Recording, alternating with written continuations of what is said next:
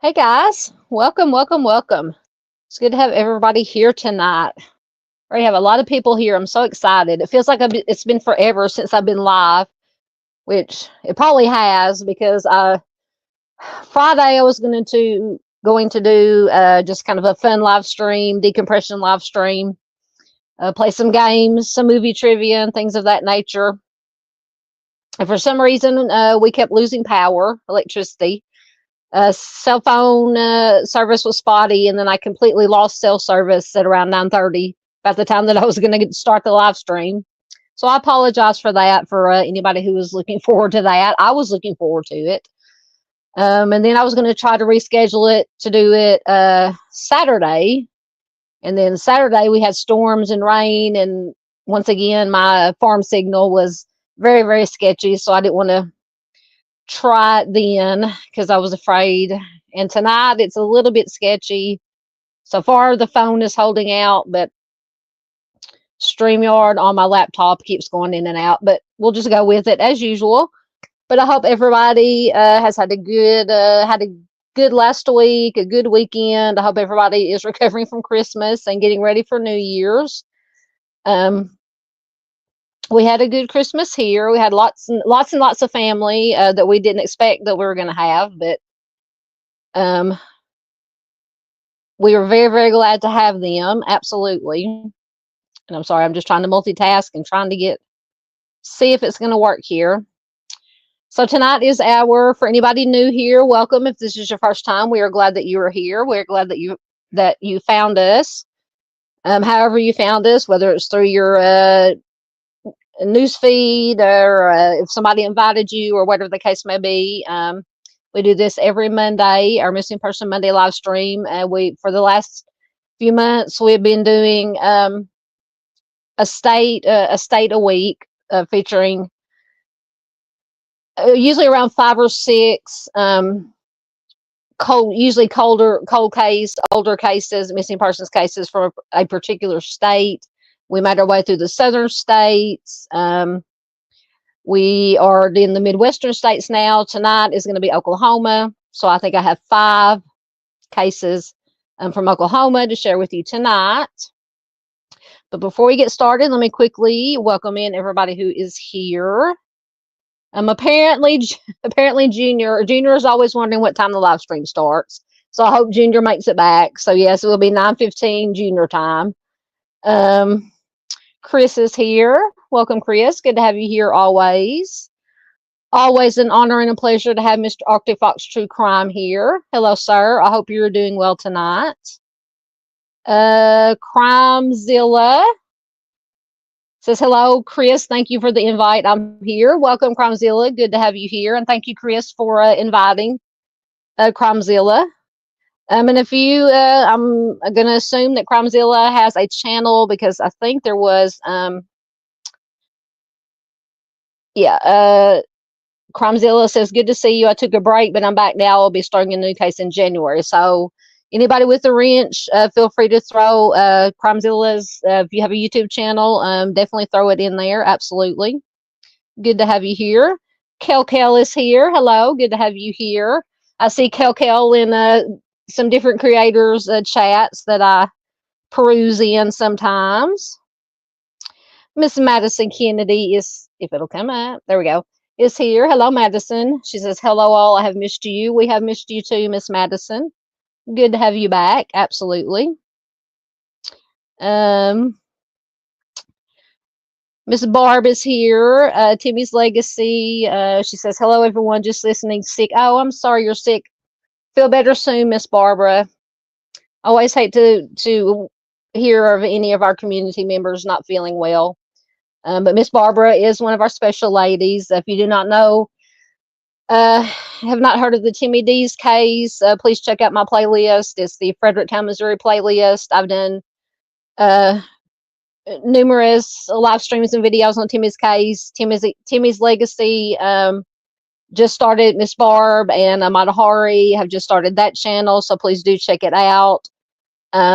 Arctic Fox True Crime has done a lot on Timmy's case. The Lawless Files, just a whole group of people. So I encourage you, please, and all the links, if you look in the description box of the Timmy's Legacy Foundation, the YouTube channel link is in there, the Facebook group link is in there, and the petition to sign to reopen Timmy's case is all in the description box. As always, I encourage you, please, once again, it went out. Please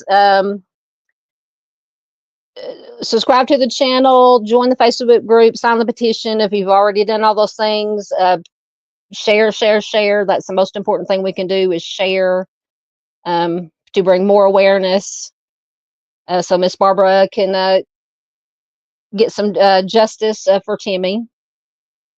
Hold on one second, guys.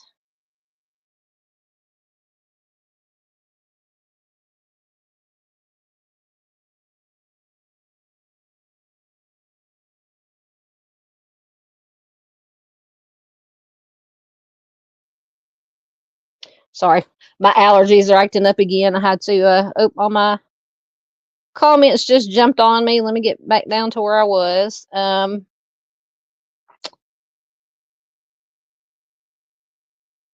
Goodness gracious, bunches popped up. Let me get, okay. Oh man, it won't let me go back. I hope I didn't miss anybody. Let me go to my phone really quickly. Okay, so okay, there's where I was at. So yes, thoughts, prayers, and good vibes going out to Miss Barb once again. Feel better soon. She shared, as always. Thank you. Yes, absolutely. Get better soon.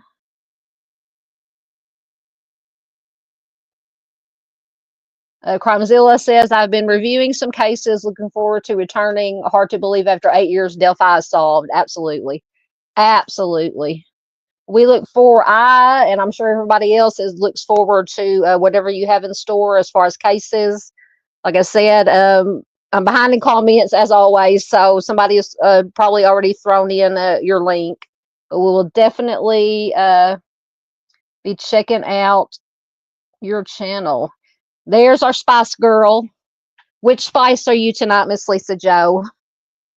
with her typical "Hey yo." Always reminds me of Scott Hall when you say that. If there's any other wrestling fans out there who remember Scott Hall, Kevin Nash, and my phone is ringing. Hold on. Don't recognize that number, so we'll get rid of that. Any of you wrestling fans out there who remember the Wolfpack, the NWO, Scott Hall, Kevin Nash, Scott Hall, may he rest in peace, always said, "Hey yo."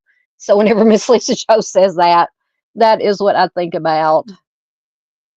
So we'll have to tell you, or Miss Lisa Joe will have to tell us which Spice Girl she is tonight. Are you going to be Bitchy Spice, or who are you tonight? What are you feeling? Miss Paula is here. Hello, Miss Paula. Good to have you here. Let's see, what time stamp am I on? 8:12.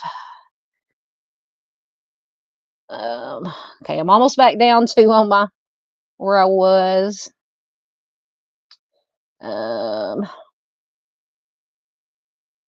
Just wanted to make sure I don't miss anybody, and I promise we will get started. Yeah, I said, yeah, just throw in Crimezilla's link. Anybody else? Arctic's link. Arctic can throw in his own link. I know he doesn't do it, but you're most welcome. You're most welcome. Nice to meet you too. I'm sorry if I'm leaning into the camera right now, but I'm okay, I think I'm down to, maybe if my StreamYard on my laptop will hold out, I'm down to comments. There is Miss Miranda. Oh, nope. There's the one I was looking for. Hello, Miranda. I hope you're feeling well, feeling better. Good to have Miss Miranda here as always. Oh, Junior did make it back. Welcome back, Junior. Good to have you back. Let's see. Well, we get to bring out the cow. Miranda Lee has been a member for 8 months. She says, seems just like yesterday. I know, I can't believe it's been that long since I was monetized and can do all this stuff. But thank you so much, Miranda. And let me find, for anybody new here, and for everybody else who loves the cow.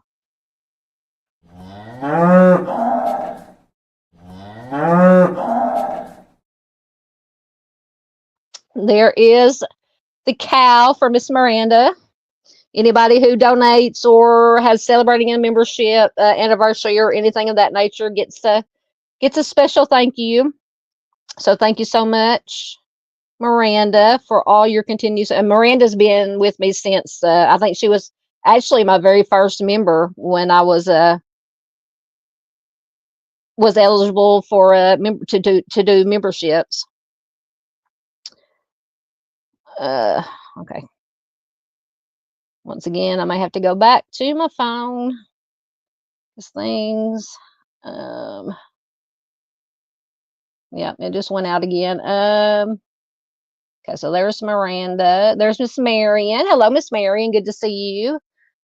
She says, hello, everyone. Thank you all for what you do for the families and giving us support for our loved ones, and we're going to get justice for all. Absolutely. Always good to have Miss Marion here.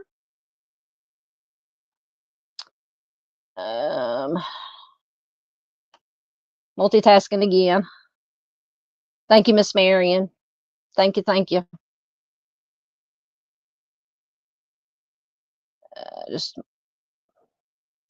I missed you too, Madison. Missed you too. Thank you so much for subscribing. Absolutely. And I will get over to your channel and subscribe and check out your content. Absolutely.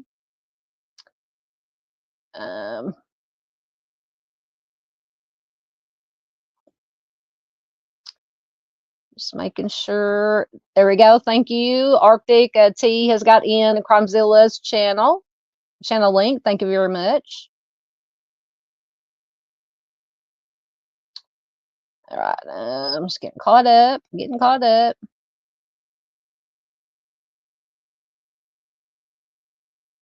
We love you too, Miss Barb. Don't worry about anything, honey. We understand. Uh-oh. I happen to have Miranda says, Chris, I'm stressed. The lines are losing. Yeah, I have the game on. It's muted, but I'm watching it because my mom and me too, to an extent, are 49ers fans. And they're playing the Lions. And right now, San Francisco is up 21-13 on the Lions, which is surprising. Surprising to me the way that the 49ers have been playing, but it's almost the end of the first half. So, but I think the Lions have just as good a chance, or probably better chance than most teams, of going to the Super Bowl. Because my favorite team is the Bears, and of course they never come close. And I love the Chiefs. They're not playing as well as they usually do. So sorry, I'm trying to get back down to getting my comments loaded. So I have my Chiefs, and if the Chiefs get put out, dadgummit, it's not going to let me go back down to. Oh yeah, there it is. Okay. Anyway, so I got if you see me listening at the TV every once in a while, I got the game on. So I'm sorry about your lines, Miranda. Yes, thank you, Chris. Yeah, Chris says, everyone please hit that like button. Absolutely. Miss Peggy is here. Hello, Miss Peggy. She says, I'm here kinda, my connection being wonky. Yeah, mine is too on my computer. But we're good to always glad to have Miss Peggy here. Yeah. Arctic says he needs a month-long break. You and me both. And boy, I went back to work today.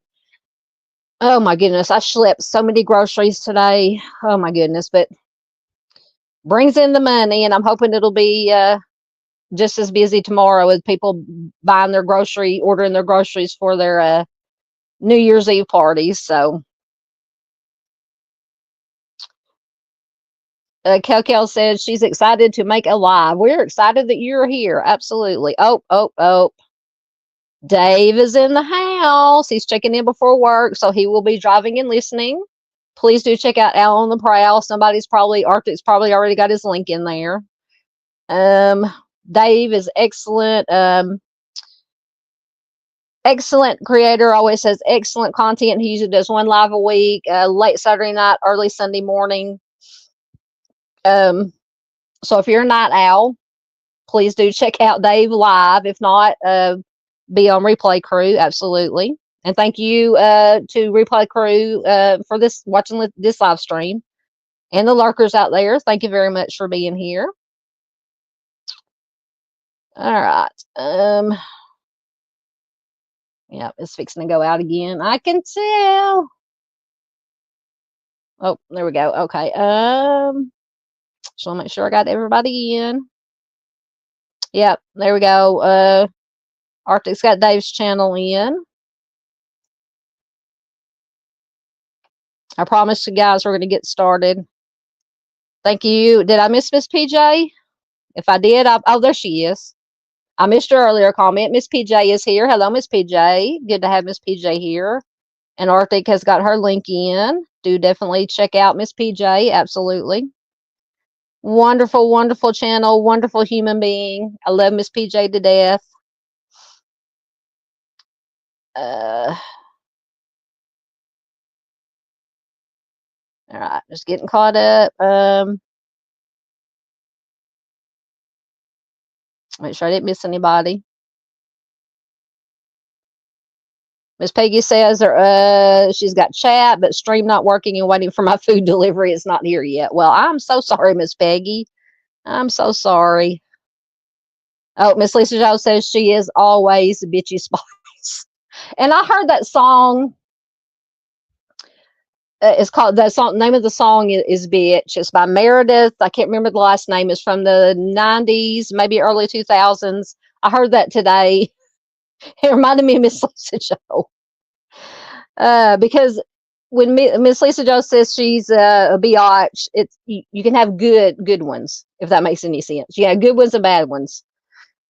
But I think Miss Lisa Joe is bitchy in a good way.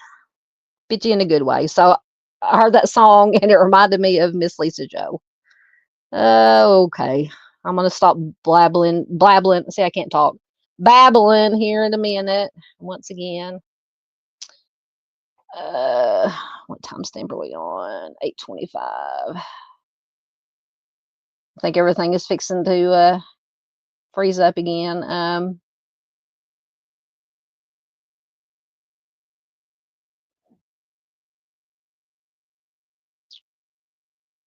Maybe not.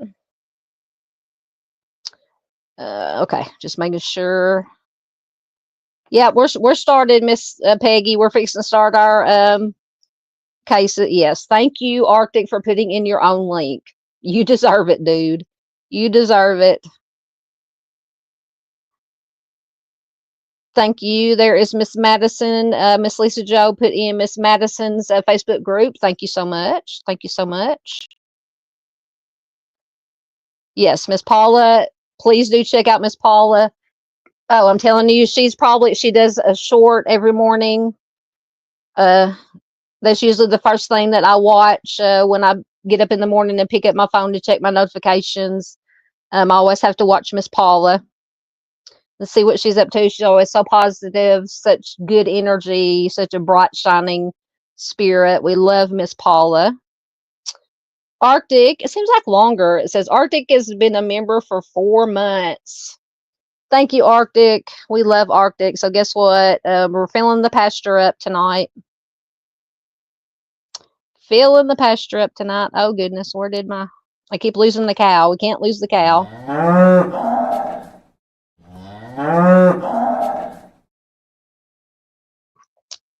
There is Arctic's cow. Thank you so much, Arctic. Thank you. And thank you to Arctic for everything that he does for me. Everything. Yes, Miss Lisa Joe said, tell Miss Paula she loves her morning shorts. Absolutely. Miss Lisa Joe says, how long have I been a member? I don't know, Miss Lisa Joe. You can check if you on the YouTube side, you can click on the little $sign, and if it'll have a down at the bottom, it'll say like member milestone. You can send a free chat, highlighted chat for anniversary. So you may check that, and it should tell you.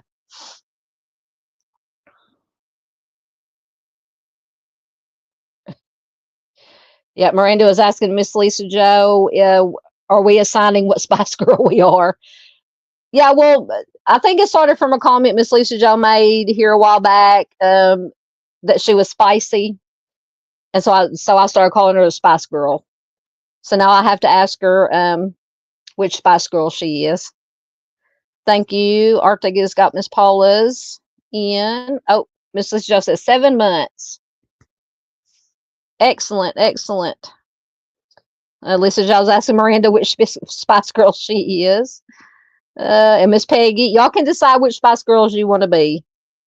All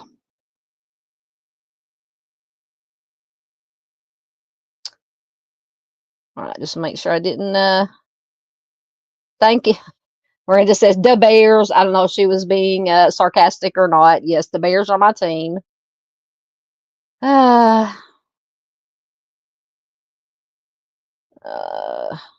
Yep, Dave says he will be listening in the car. We are all awesome. You're awesome too, Dave. Yes, drive safe, Dave. Absolutely.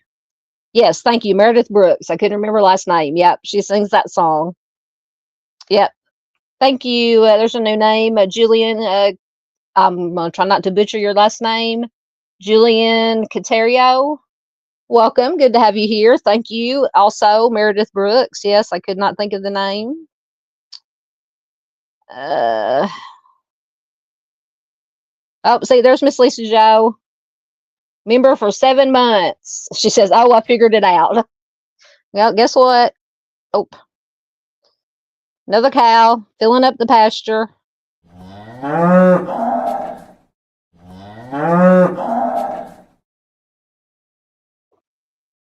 Thank you so much, Miss Lisa Joe. All right. Absolutely. Crimezilla, I promise we're going to get into our cases. Says, I'm happy to share any cases that need attention anytime. Absolutely. You are Our kind of person. You're our kind of person, most definitely. And I think it's fixing to freeze up on me again. Nope, there it goes. Oh, that's all right. Miss PJ says she's behind. That's all right. It's okay. Julian says Miss Lisa is farm spice. That would be a nice one for me too. I live on the farm. All right, I think I'm caught up. We will get started. Let me mark where I ended off. All right, so as I said, we are. Oh, I have to add it from here. There we go. We are doing cases from Oklahoma tonight. 5 cases, I believe I have. Yes, Miss Peggy. Miss Peggy's got the cows. Oh, it won't come up. Yep, Miss Peggy's got the cows. Okay. So Oklahoma, 5 cases. I have the basic information comes from the Trolley Project, and additional information. I always try to find articles with interviews with family members, people, law enforcement who worked on the case, any updates on the cases. So that will be the additional information. And I will quit babbling now, and we will get started. So first we have, I don't know if it's Stephen or Stephen. Stephen Mitchell Adams. I'm gonna turn my camera off for 1 second while I'm reading. So Stephen went missing on December 13th, 2004 from Tahlequah, Oklahoma. He is a Native American male. He was 26 years old at the time he went missing. He will be 46 years old as of 2024. At the time he went missing, he was 5'7" tall and 164 to 200 pounds. Last seen wearing a black t-shirt and jeans and carrying a dark colored book bag. It says that he does have severe asthma, and he may need an inhaler to control the condition. And both of his inhalers were left behind at his residence at the time that he disappeared. He has brown hair and brown eyes. It says he usually has a full beard. His hair was collar length at the time of his disappearance.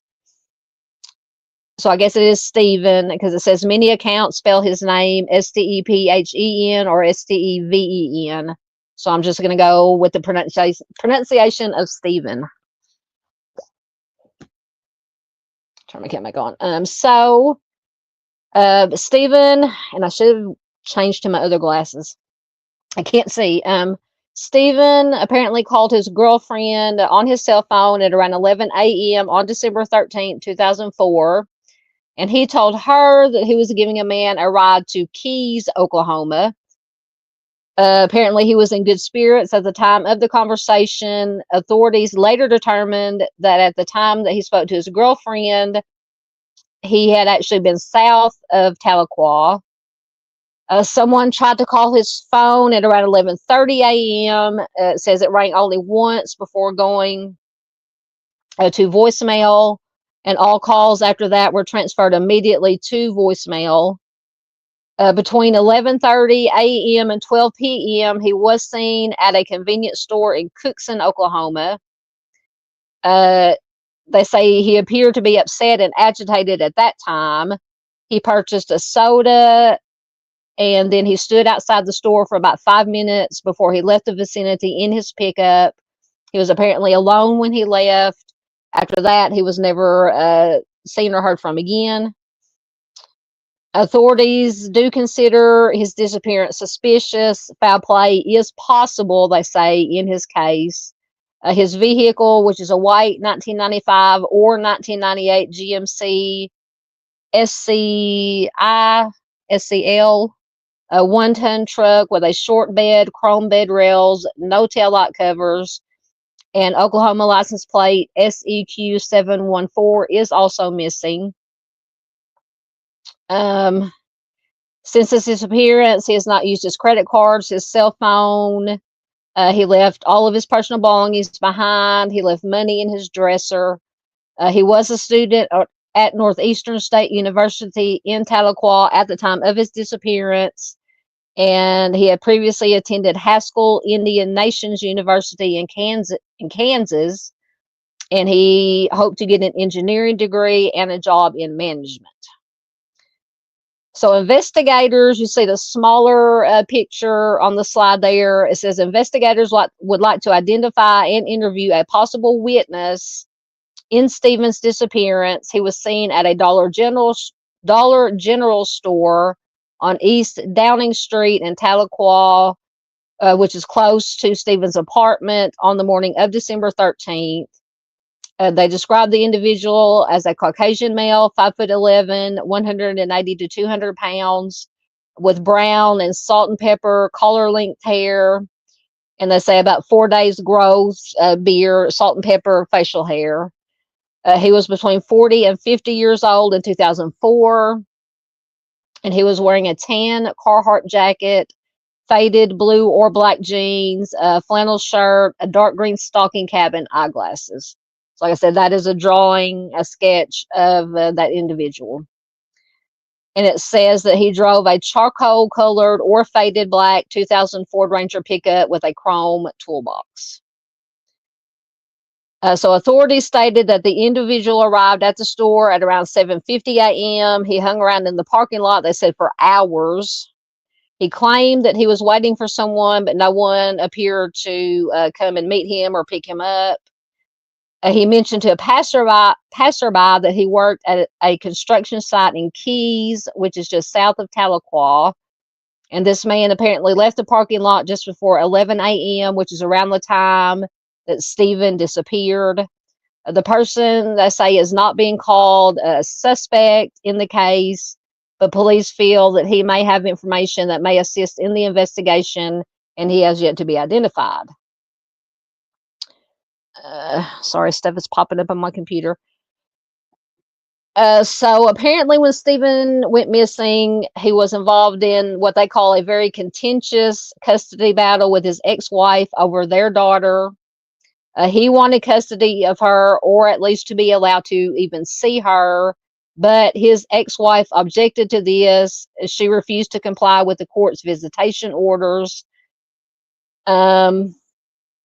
So it says that Stephen was charged twice with SA of the child, but in neither instance was there enough evidence to take him to trial. It says the custody matter had been going on for over 2 years, and there was an important hearing about it scheduled in Muskogee County District Court for a few days after Stephen vanished.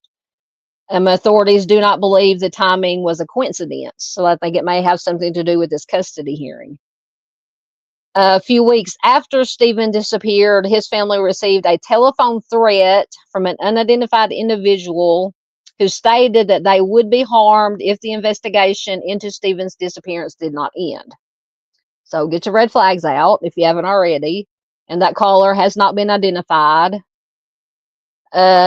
Stephen resided in the 400 block of East Downing Street in Tahlequah at the time of his disappearance, and his case remains unsolved. So that was a whole lot of information to unpack. But if you have any information regarding this case, you can call the Tahlequah Police Department at 918-456-8801 or the Oklahoma State Bureau of Investigation at 800-522-8017. I believe I do have, if I can find, if the articles will load. That is the next thing. If the article, oh, they did load. So this article is from October of 2017. Cold case, Stephen Adams' family is still looking for his body, it says, after 2004 disappearance. I'm going to turn this off for a second while I'm reading. So a Greene County family refuses to give up hope, even though their son's disappearance has been unsolved. Hold on, it just jumped on me. For 13 years as of 2017.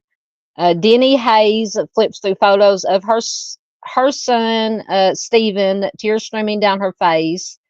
It's the only way she can see her goofy, loving boy anymore. She said at about 10:30, his girlfriend called and said, "Have you heard from Stephen?" I said, "No, I have not heard from him."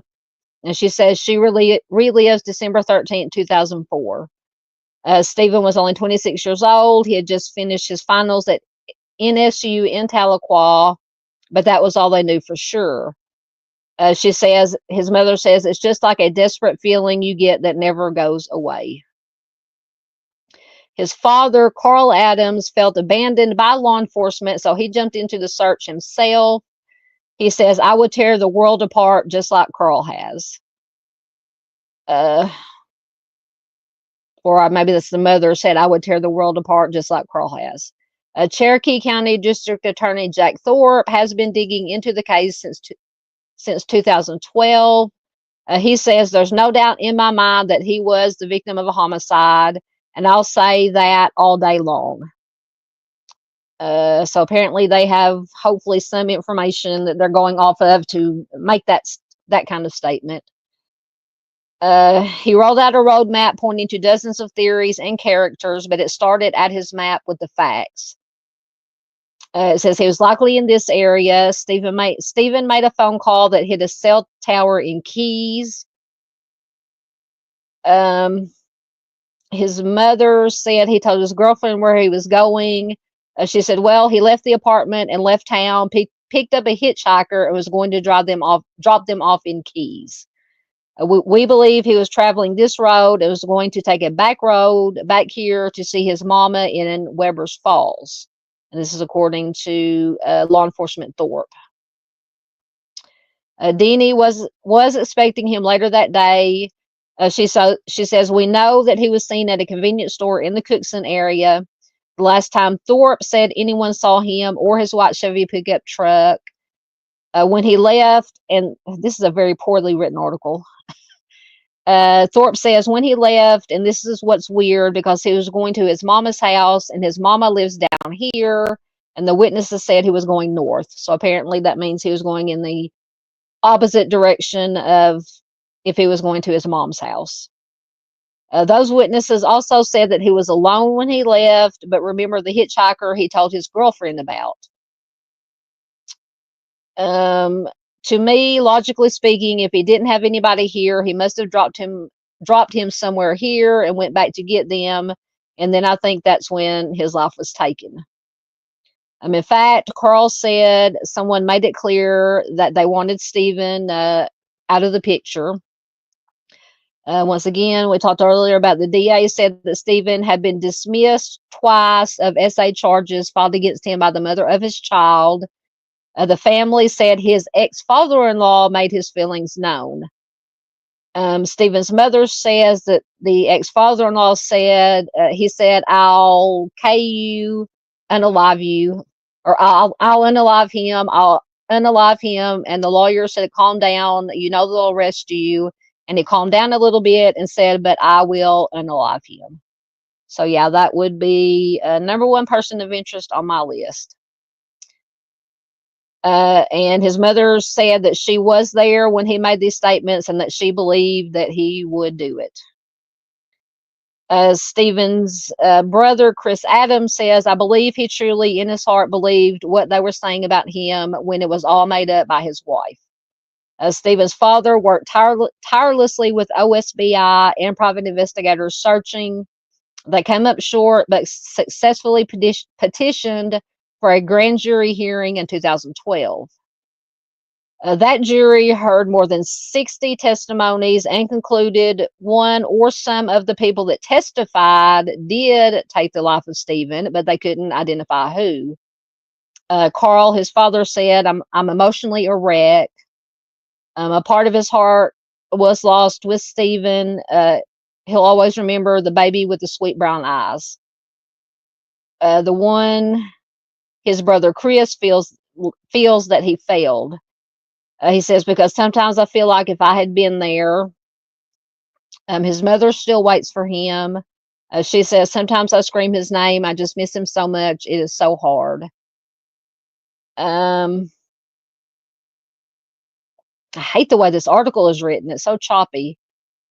So the DA is clear with his message for Stephen's offenders. He says, yeah, I keep sitting comfortable because we're coming. If you did it, we're going to figure it out, and we are going to put you in jail. His father, Carl, has less to say. He says, I would say, I hope they find God because they are looking at spending eternity in hell for what they have done. The lead agency over the case is the Oklahoma State Bureau of Investigation, which is in the process of renewing the reward on this case. If you have any information, once again, on the case, you're encouraged to call or email their tip line, 800-522-8017. The email is tips@osbi.ok.gov. Or you can send tips directly to the DA at coldcasetips@da27.org.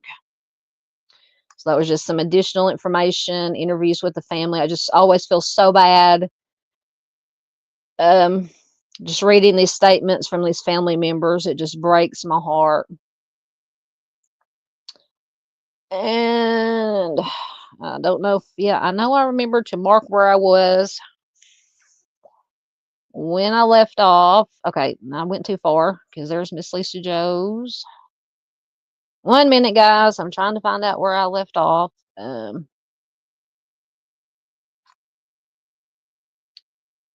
Oh, there we go. Okay.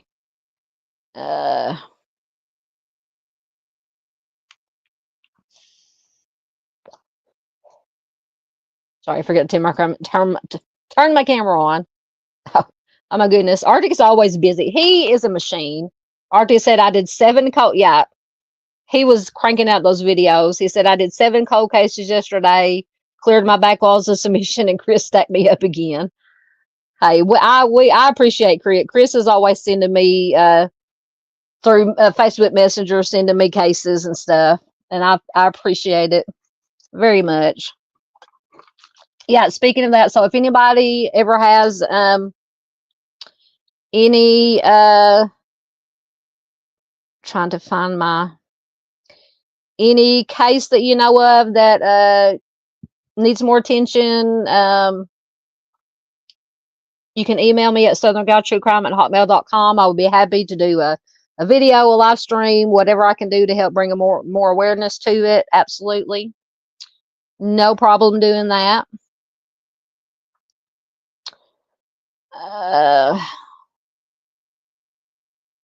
Okay. All right. Lost my place again. Yes, Kel said you're a machine, Arctic. He is. I'm telling you. My notifications yesterday kept dinging, dinging, dinging, and it was Arctic. And I watched every one of them. I think I shared most or all of them. But we appreciate Arctic so much for everything that he does.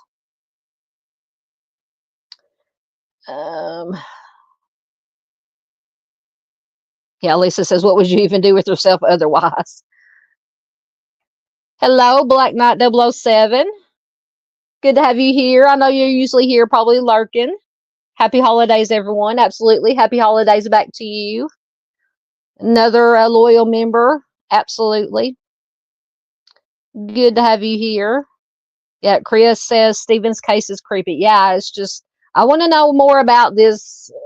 The person that sketched, it's supposedly just a witness, want to talk to, but he disappeared from the parking lot around the same time that Stephen disappeared.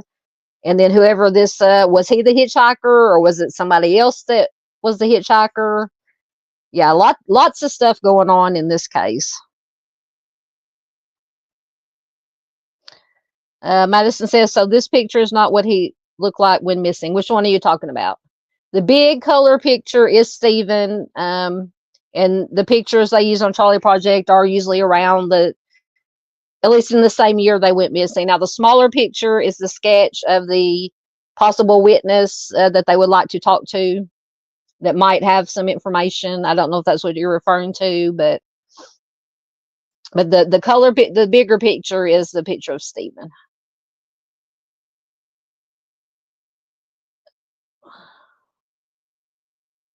Paula wants to know, did he have a girlfriend? I don't know.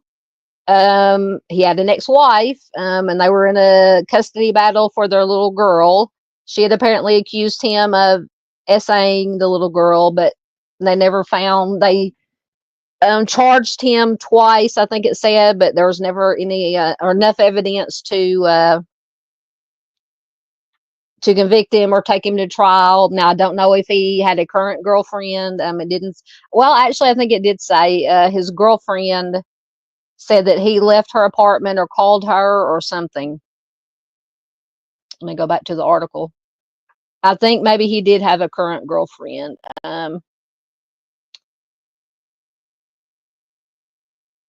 Because something was mentioned. I don't know if it was in the article, the Charlie Project information. The girlfriend said something about he came by her apartment, or yeah, it says she said, well, he left the apartment and left town, picked up a hitchhiker and was going to drop them off in Keys. His mother said he told his girlfriend where he was going. So yes, he did have a girlfriend at the time. Excellent, excellent question, Miss Paula. Let me caught up. Yep. Julian says 20 years is a long freaking time. Absolutely. Chris, get to come up. The sketch is once again the possible witness that they want to talk to that was in, I think, the same parking lot or in the same area, because they said that Stephen was last seen at a store, or a convenience store. And I think this sketch of this person was hanging around in the parking lot, they said, for hours. And he was last seen around the same time that Stephen was last seen. So I'm wondering if he was the hitchhiker or if it's two completely different people. But that's who the sketch is. Yes. Kel says right before the holidays, his poor family. Absolutely. Let's get caught up quickly and we will move on to the next one. Yep. Arctic says absolutely, so many gone for way too long. Absolutely.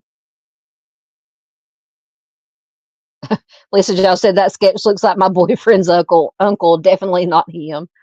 Yeah, it's the thing with sketches. Some of them are just so generic. You could take just about anybody who wears glasses and has a mustache and put a cap on him, a beanie cap or whatever, and yeah, it could be anybody.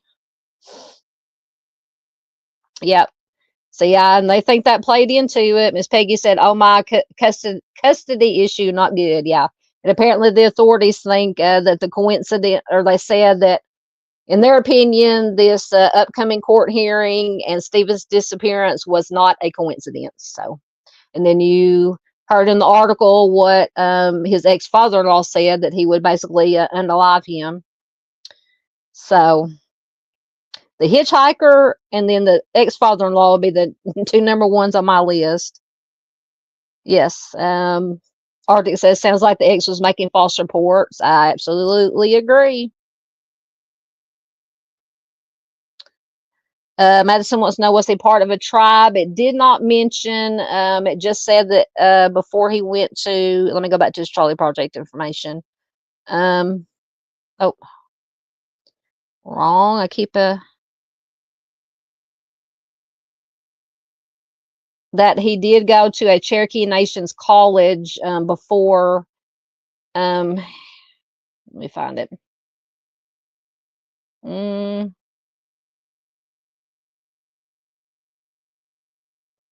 Well, maybe I went past it. I know what's here. Telling this is a new pair of glasses, and I don't know if the strength is different, but I cannot see as well as with my old glasses. But my old glasses were falling apart, so. So before he went to Northeastern State University in Tahlequah, he was at Northeastern State, he was at Haskell Indian Nations University in Kansas. But it did not say if he belonged to a tribe or not. But that is an excellent question. Absolutely. Absolutely. We have amazing, y'all are smarter than I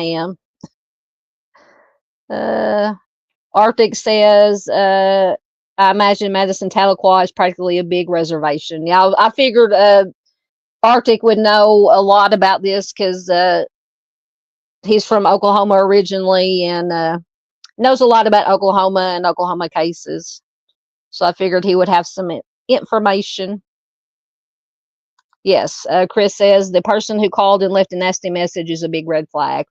Yeah, sorry. In my opinion, this is just my opinion. After reading what the comments that the ex-father-in-law made, I would not be surprised if it was somebody on behalf of the ex-father-in-law. Because I think maybe if the ex-father-in-law had called, that they would have recognized his voice. So maybe the ex-father-in-law put up, you know, somebody said, hey, make this phone call and say this, this, and this. To me, in my opinion, I think it's related. Yep, Arctic says, the ex is raising all red flags for me. Absolutely. As Peggy says, she went through a divorce. Glad she didn't have to deal with the custody crap. Absolutely.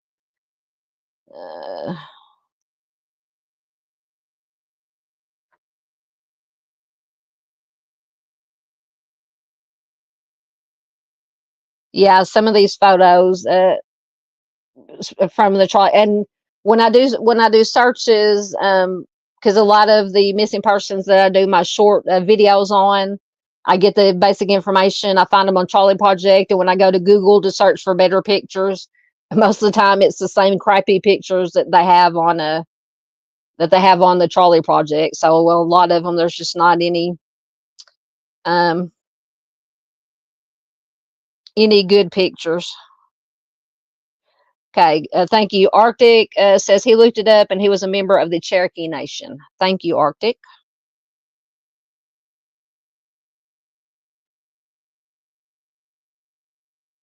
Chris says, but the college, Haskell University is not tied to any reservation or tribe.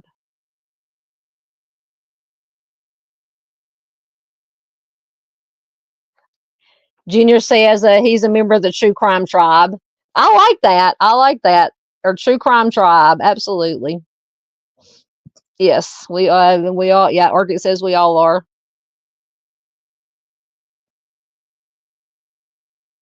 Chris says he wants to be a part of the True Crime Tribe, not the fake True Crime Tribe. Absolutely.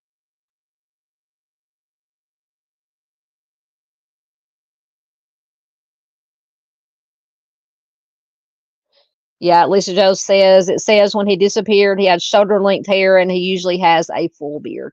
And there are more pictures on,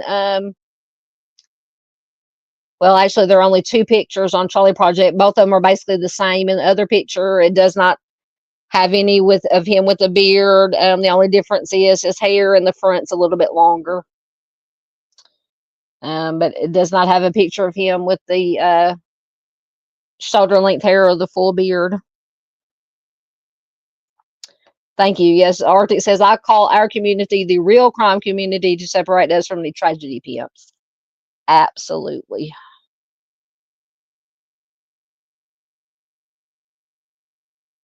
All right, let me get caught up and we will move on to the next one. That's a good name. Miss Lisa just says Real Crime Advocacy Coalition, RCAC. I can work with that. She says, damn it, I wanted to have a funner acronym. We'll come up with something. We'll come up with something. There's Miss Sunday Doodles. Hello, Sunday. Good to have you here. Absolutely. See, that's what I'm wondering. Miss Paula says, is that the hitchhiker on the bottom?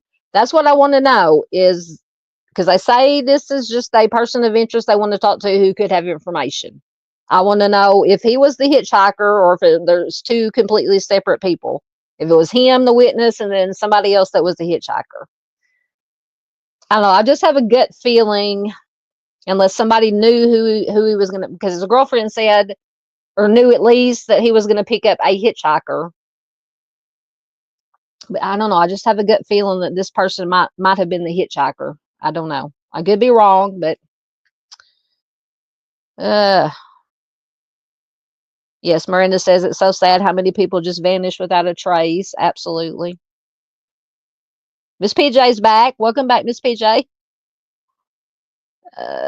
Thank you. Art just said he shared Miss PJ's video out.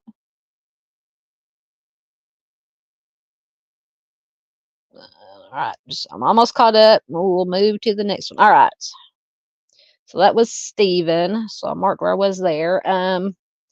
Next, we have Lisa Karen Addington. Let me get her information.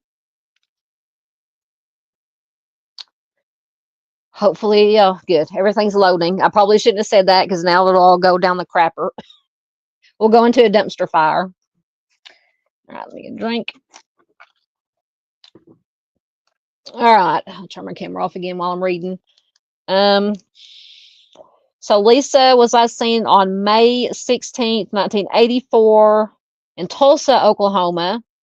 She's a white female. She was 22 years old when she went missing. She would be 62 years old as of 2024. At the time she went missing, she was 5'8", 125 pounds. She was last seen wearing a black, red, and blue plaid shirt, black velveteen pants, white knee-high socks, gray and white sneakers, and rings, and she was carrying a purse. And she has brown hair and green eyes, and her ears were pierced. So Lisa was in Tulsa, Oklahoma in May of 1984 to prepare for her wedding, which makes it even more horrific, which was scheduled for May 19th. She was a resident of Dallas, Texas at the time. She had attended a bachelorette party that a group of friends threw for her during the evening of May 15th at the Great Escape Club, which was on 21st Street and Garnet Road in Tulsa.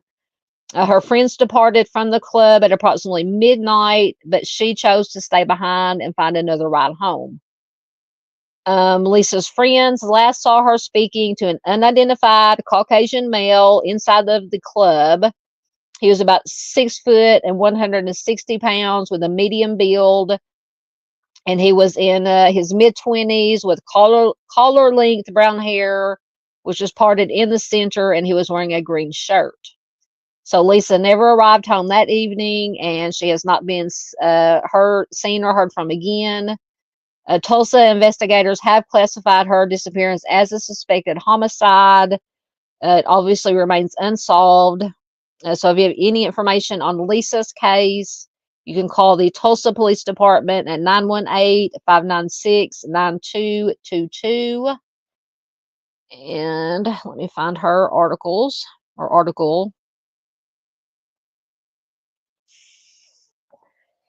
So this article is from September of 2018. Lisa Addington went missing on May 16th, 1984, 10 days before her wedding. The dress was purchased. The invitations were sent when the 22-year-old went out to celebrate for what might have been the very last time. Her family says Lisa went to what used to be the Great Escape Club, and the bride-to-be couldn't wait to get married. Her brother Scott says that she was always upbeat, a really happy person, always laughed a lot. She wasn't mean-natured. She would do things to help other people.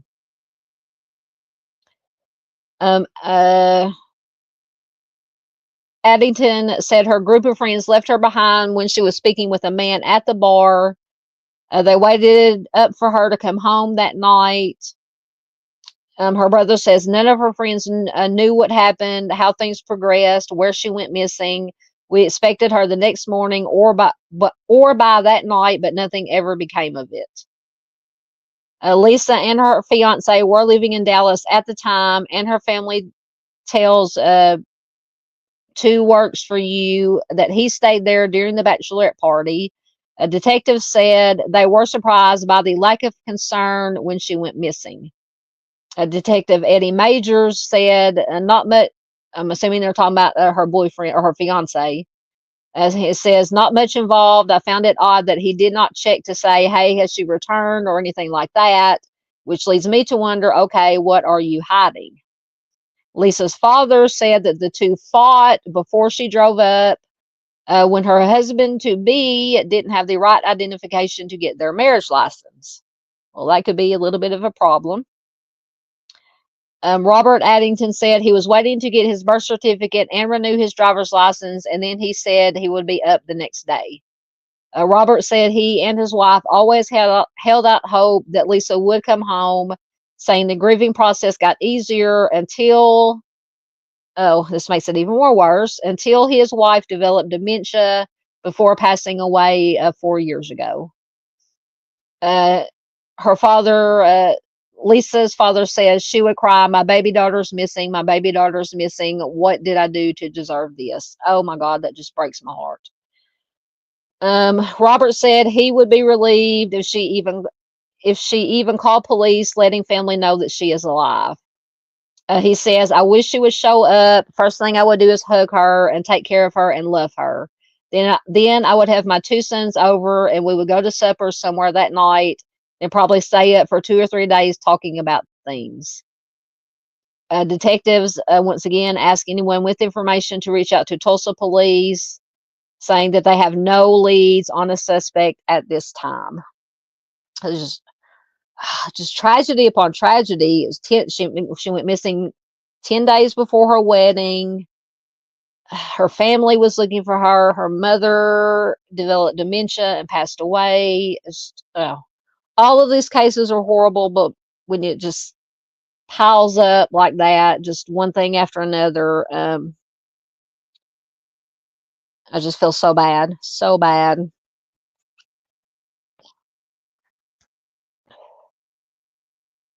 All right. Junior says, "I've been listening to a podcast called Stolen. It's about Native American women who have gone missing." I'm going to have to check that out. If it's on Spotify or iHeartRadio, I will be able to listen to it. Thank you, Junior, for that. I'm always looking for new podcasts. Even though I have so many podcasts saved on Spotify mostly to listen to, I'm always looking for new ones to listen to. Yeah, Lisa Jo said that's a lot of details on her clothing. Yeah, and that could come in handy. I mean, it's been how many years? 40 something years. So if somebody were to come across some clothing somewhere, I mean, we always absolutely hold out hope for the best case scenario that she's alive and well somewhere and will come home. Unfortunately, that's not always the case, but the description of any clothing she was wearing, if anybody happens to, come across walking in the woods or wherever and come across some clothing, although I don't know how much will be left after 40 some years, it's always helpful, always helpful. Yeah, Arctic says, "So long ago, I was only 8 when she went missing." So what was it, 84? I was 13. 13, just turned 13, matter of fact. Yep, 40 years. And I came across some, I didn't include them, but I probably do short videos on them from like the 1960s, 1970s. There were a lot of cases, and Arctic probably knows this, from Oklahoma. Just a few first ones that I went through on the Charlie Project that was from, I think I might have come across one from the 1950s, but a lot from the 50s, 60s, 70s. It's just so sad. Yeah, Chris says I know that Tulsa has a ton of missing people. How big Tulsa is? I'm imagining a pretty sizable city. Yep. Arctic says Oklahoma has a ton. I could easily spend a week or more probably on Oklahoma cases. Yeah, and it's like I said, we've been doing. We're going to do all 50 states, and then we may take a break for a little bit, but then may just start all over again. Unfortunately, because there's so many cases from every state, just start all over again. Maybe go alphabetically next time and just do, go through every state again. It's just unreal. Yep, absolutely. Paula says she has a bad feeling. Hey, Michelle C. How are you, my dear? Good to have you here. I hadn't seen you in a while. Good to have you here.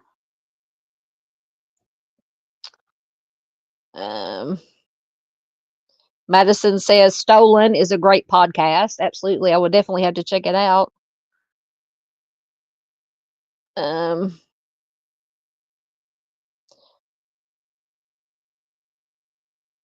You're talking about Arctic says I actually have one that I just put on my list to tackle this week.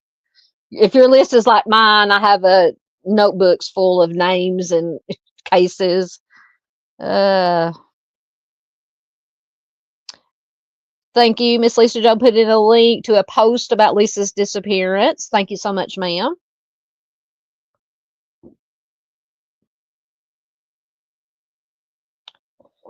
She says, our friend Raylan runs that Facebook page. She's an amazing advocate. And I'm gonna have to, what is it called? I can't tell by the, I'll join, if it's a group, I'll join the group. If it's a page, I'll like the page if I haven't already. I've joined so many missing, true crime groups and pages that, oh, it says she has solved quite a few cases. Excellent. Was your birthday yesterday, Miss Peggy? Miss Peggy says she was 24 yesterday.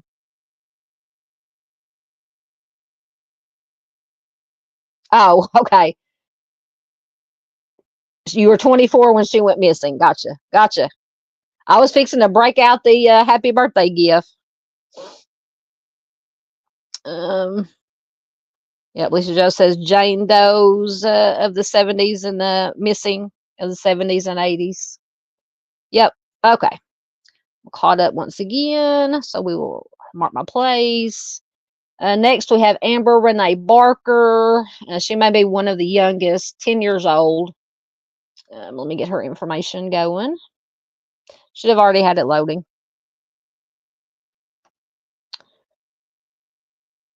Oh, because it'll probably take it now. Now it's wanting to be slow.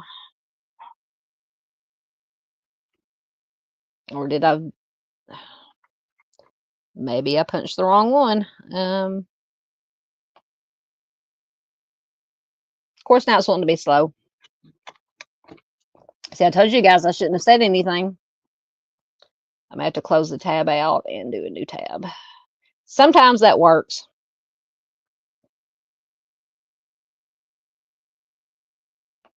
We shall see. Or it may just take its time. We're doing so well. So well. There it goes. Okay. So Amber Renee Barker was last seen on December 18th, 1997 in Oklahoma City, Oklahoma. She is a white female. She was just 10 years old when she went missing. She'll be 37 years old as of 2024. At the time she went missing, she was 4'11" to 5 foot, 70 to 80 pounds. She was last seen wearing a long sleeve beige shirt with a brown collar, light blue or black jeans, and no excuses sneakers. She has brown hair and brown eyes. Her ears are pierced, and her nickname is Amby. Did it say? Okay, I thought this was a. So Amber was last seen at approximately 6 p.m. on December 18th, 1997, in her hometown of Oklahoma City. Her mother spoke to her on the phone while she was at a friend's home, and her mother told her to come home. She left her friend's residence, and she was last seen riding her blue 10-speed bicycle in the 3000 block of Northwest 45th Street. She was on her way to her home. They just repeated it. She never arrived home, and she has never been heard from again. Amber's bicycle was discovered abandoned in Denniston Park in Oklahoma City on December 19th. So that was the day after.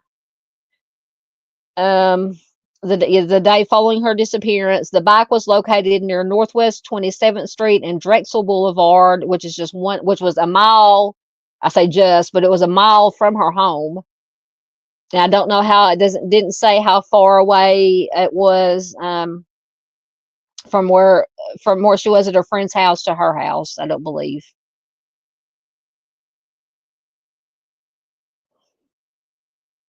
So I don't know about blocks. So she was last seen riding her bicycle the 3000 block of Northwest 45th. What? And then her home was on the 3100 block of Northwest 39th. What, about 5 or 6 blocks? Anyway, a small town I'm in, we don't have, we have blocks, but it's,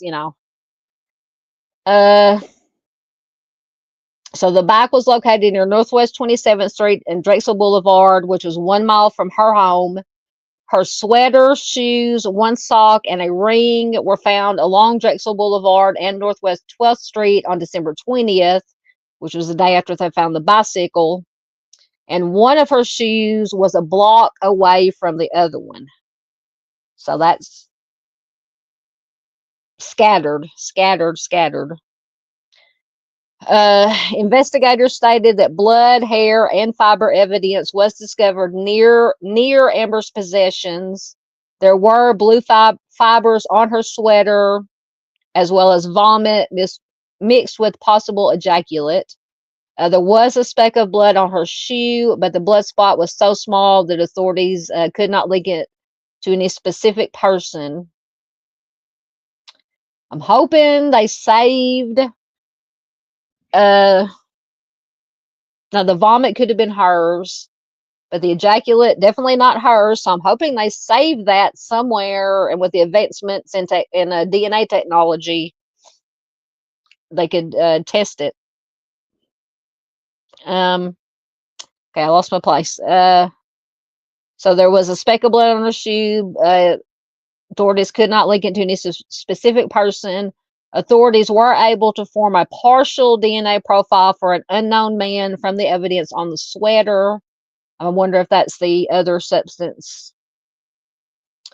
Daniel John Smith, who is Amber's sister's common law husband, was previously convicted of attempted kidnapping in 1995. He admitted that he assaulted a woman in Oklahoma City while he was intoxicated and tried to steal her car keys. The woman said that he tried to SA her. Smith pleaded guilty, and he was sentenced to a 5-year deferred prison sentence and 4 months at a boot camp where he earned excellent reviews. Well, good for him. I'm spicy like Miss Lisa Joe right now. The police had been summoned to another of Amber's sister's homes in November of 1997, which was approximately 1 month before she disappeared. Her sister claimed that Smith, Daniel John Smith, hit her after she refused his advances. He was given a citation by authorities, but he was not arrested. Smith, this Daniel John Smith, was allegedly at Amber's residence when she called her mother to say that she was returning home. He left the residence immediately afterwards and headed west, which was the same direction Amber was coming from. He was questioned about Amber on the day after her disappearance, and authorities wanted to interview him further, but he was discovered. He took himself out on the tree limb, we'll put it that way, at the Ray Trent Park in Dale City, Oklahoma at 11:30 p.m. on December 22nd, 4 days after Amber was last seen. Of course, his death was ruled self-harm. Smith was not labeled as a suspect at the time.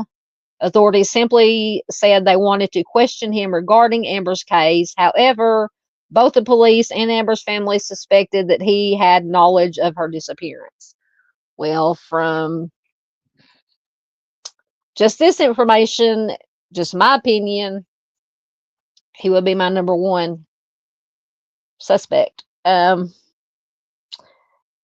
Amber's disappearance remains unsolved. She was a 4th grade student at James Monroe Elementary School at the time of her disappearance. Her loved ones stated that she wasn't having any personal problems when she went missing, and that she did not have a history as a runaway. Unfortunately, one of her sisters did pass away in 2013. Her mother passed away in 2014.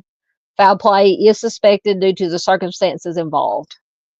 So if you have any information on Amber's case, call the Oklahoma City Police Department at 405-297-1290. Yep, I think get your red flags out, or let me know in chat while I'm reading this article what you think about this. What was his name? Daniel John Smith, her sister's common law husband at the time. All right, let me find her article.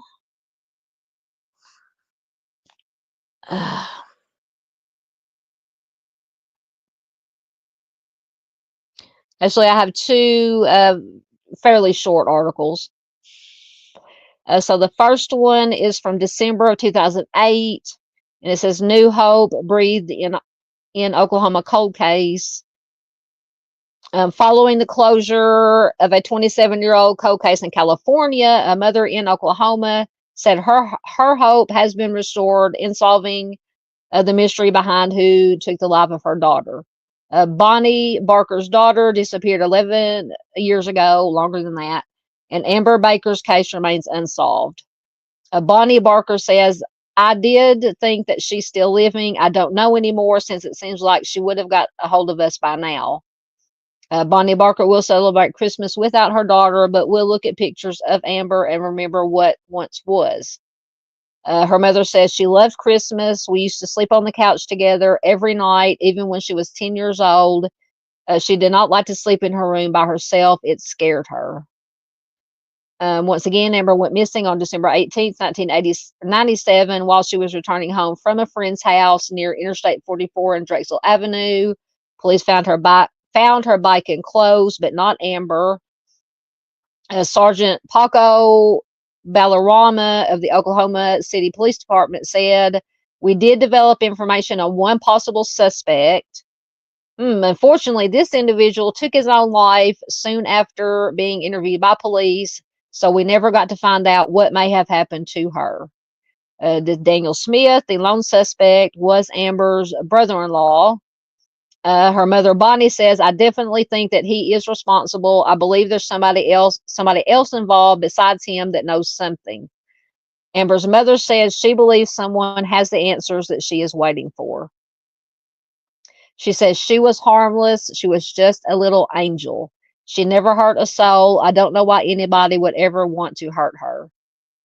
Police say Amber's case remains open and ask anyone with information to come forward. Absolutely. If you know something, say something.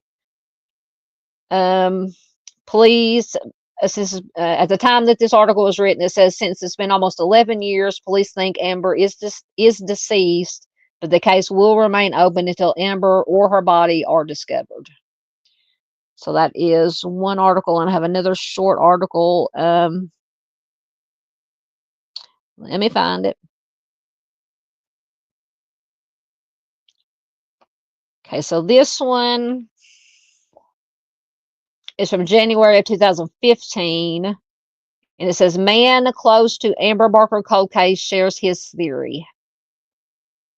Investigators say they cannot forget the face or the case. Amber Barker would have turned 27. She disappeared in 1997 while riding her bicycle home in her northwest Oklahoma City neighborhood. Police confirmed they have been quietly looking into this case for the past 4 years. Investigators with their Crimes Against Children unit have been going over every piece of evidence with a fresh set of eyes to see if there was something that was missed the first time. In court documents, there were 3 names mentioned of men police have interviewed. Daniel Smith, Forrest Rice, and Joseph Bishop were the men interviewed. News 9 talked to Bishop by phone. He said the whole family was questioned. Everyone was questioned, taken down to the police station and polygraphed and all that. Bishop said he does not know what happened to Amber that day. He says, no, I have no idea. Bishop, so he is connected. Bishop was dating Amber's older sister, Brandy, at the time, and admitted that they did have a rocky relationship. He said what happened to Amber most likely was taken to the grave with Daniel Smith. Smith, once again, was Amber's brother-in-law. He took his own life. Bishop says, I was 19 at the time. I still have nightmares. Then they let him go, and 3 days later, they found him hanging in the park. Bishop said he, like Amber's family, wants to know what happened. He said it is possible someone still knows something but just hasn't come forward. He says, I hope someday they get all the answers they are looking for. And police recovered Amber's bicycle as well as her shoes and sweater. And on that sweater, police found partial DNA of a man, but have yet to make a match. Master Sergeant Gary Knight of the Oklahoma City Police Department says investigators believe that someone knows the whole story, or at least enough of the story to put the pieces together. And after all these years, we still want to hear from that person. That information is still vital to the case. It says at the time this article was written in 2015, it said Oklahoma City Police did file a search warrant requesting DNA from an Oklahoma City inmate. He was identified as Forrest Rice, but also goes by the name Stephen Henley. Police said he is not a suspect, but investigators believe he may have crucial information about Amber's disappearance that could lead them to the answer of what happened to Amber. They said they also want to talk to Joseph Bishop for the same reason. Master Sergeant Knight said that's what we're there to do, to try to find out who's responsible for this kind of crime, hold them accountable, yet also locate the body and at least possibly give the family some closure to be able to bury their child. As I said earlier, unfortunately, Amber's mother passed away. What year it was? And one of her sisters was found deceased in 2013.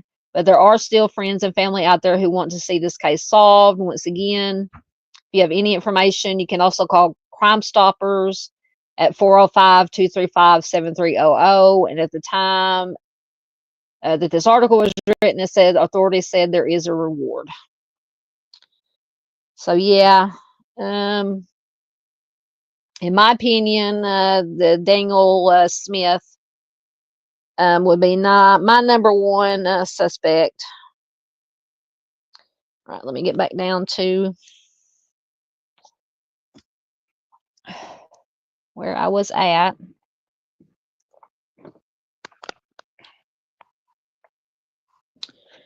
All right. Lisa Joe says she has seen her photo. Yeah, that photo looks so familiar to me when I was looking at this. Arctic says, I know this case. I remember when she went missing. Oh, wow.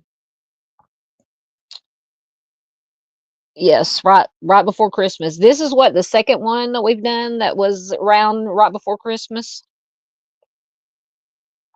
Chris says he was 13 when Amber disappeared. Arctic says that is a rough area of Oklahoma City.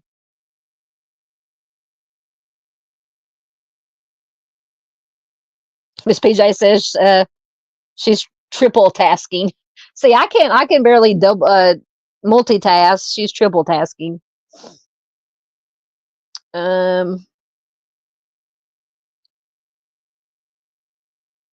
She says her brain isn't keeping up with her typing. Apparently, mine doesn't either. Yes, this Daniel John Smith does sound like a creepy guy. Absolutely. Excuse me. Yeah, Miss Peggy's. Excuse me. Miss Peggy's got her red flags. Miss PJ says she looks like the little girl that went missing at the bus stop that was declared deceased long ago. I can't think of her name. I'm sure somebody in here could probably come up with it. Oh, Miss PJ is gonna look. Yeah, she does look familiar. That case sounds familiar too, about missing at the bus stop. Yep, Chris has got his red flags too. Also, yes, Sherry Mahan. I think I've either done a video on her or she's on my list in my notebook to do. I think I've done a video or something of Sherry Mahan. I'll have to go back and check my playlist. I think I have it under the missing playlist. I try to keep my playlist organized, or my videos organized.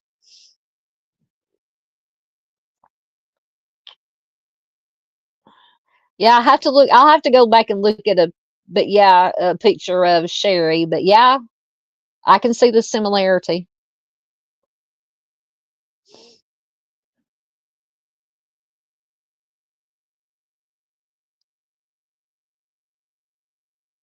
Madison says, I hope they check the brother-in-law's car or truck. Yeah, absolutely. Thank you. Miss Lisa Joe was on it. She put in the link. Recent post from Oklahoma Unsolved Mysteries with an age progression photo of Amber. Thank you, ma'am. Yes, for evidence. Absolutely. Yes. Arctic says, hopefully they kept everything and the evidence didn't get lost like in Morgan Nick's case. Don't get me started. We're going to have to get together again, Arctic, and do, I don't know what else we can discuss on the Morgan Nick case. Oh, my gosh. Yes. One of her shoes was a block away from the other one. So I'm wondering if she was, because to me it sounded like the clothing that they found and the shoes and the socks were scattered. So I'm wondering if she wasn't forced into a vehicle, or either forced into a vehicle by a stranger or willingly got into a vehicle with somebody she knew, aka the brother-in-law, and whatever he went, or what, I don't know, something happened in the car and he just started tossing stuff out. I don't know. That's the only reason I could think of, that because when everything was found, it had the vomit on it, it had the blood on it, it had the ejaculate on it. So whenever it was thrown out, it was after, God forbid, whatever happened. But why would they throw it? Why wouldn't they just, I don't know. But criminals aren't smart. But yeah, one of her shoes was found a block away from the other one. That just baffles me about why throw the clothes out on the main street close to where she was taken from or got into a vehicle with somebody from, because that's where they found the bicycle. Oh, this is the stuff that keeps me awake at night. So I have to take medication to go to sleep. Yep. Sunday says they could do an ancestry on the body fluid, perhaps. Yep. Good old genetic genealogy. Absolutely. Miss PJ says possibly. Yep. Miss Paula says get your engines started, your red flag engines. Absolutely. Yes, they do have very similar features. Miss Lisa Joe is working. Oh, do you work at a hospital or something? She says she had to issue a unit of blood.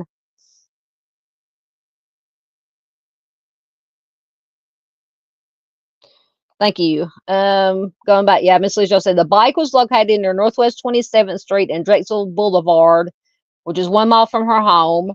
Her sweater, shoes, one sock, and a ring were found along Drexel Boulevard and Northwest 12th. So that would be quite a ways from Northwest 27th to Northwest 12th, I would assume. Once again, coming from growing up and living in a town of less than 2,000, you know. But yeah, that would be quite a ways away. But if they did something in the car, they would have had to go somewhere out of sight to do, I mean, if he were smart, to do, like I said, God forbid, whatever he did.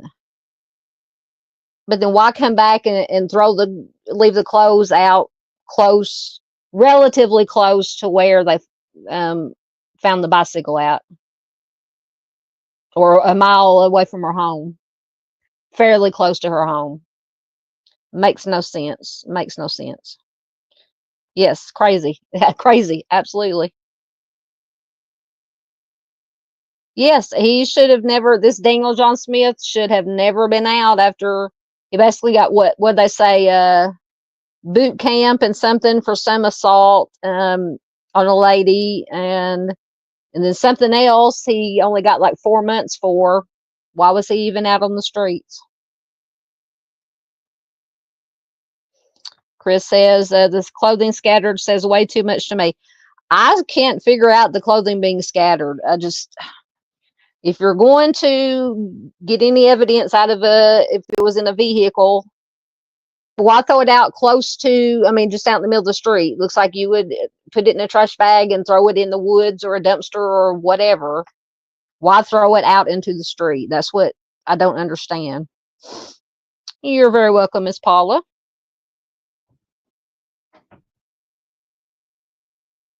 Oh, that's right. Okay, so Miss Lisa Joe works in a hospital lab. She's a clinical laboratory scientist. She is the spicy scientist. Yep, that's right. Arctic said people get more time for an ounce of weed. I'm telling you. Yep, I knew Miss Barb would chime in. Yep, the catch and release program. See, that's what I'm saying. Yeah. Arctic says whoever the perpetrator was, they're not very bright, leaving his DNA on her clothing and then tossing it for it to be found. I know. Why toss it in the street? That drives me nuts. I want to know. But criminals aren't smart. Uh,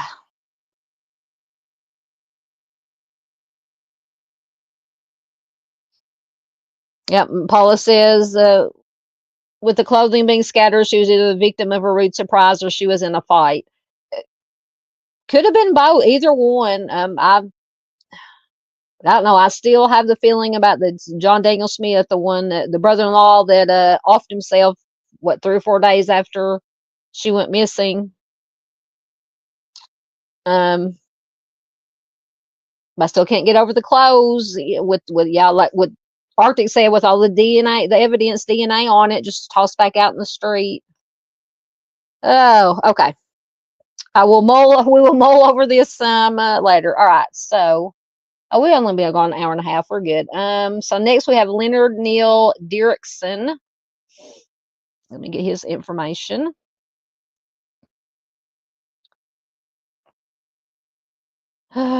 So Leonard went missing, or was last seen on March 14th, 1998 from Strong City, Oklahoma. He's a white male. He was 39 years old at the time he went missing. He will be 66 years old today, or as of 2024. At the time he went missing, he was 5'10" and 200 to 230 pounds. He was last seen wearing a faded black Carhartt coat with a hood, green jeans, a brown or black leather sneakers or hiking boots, and a brown cap with a green bill and the ACCO feeds logo on the front.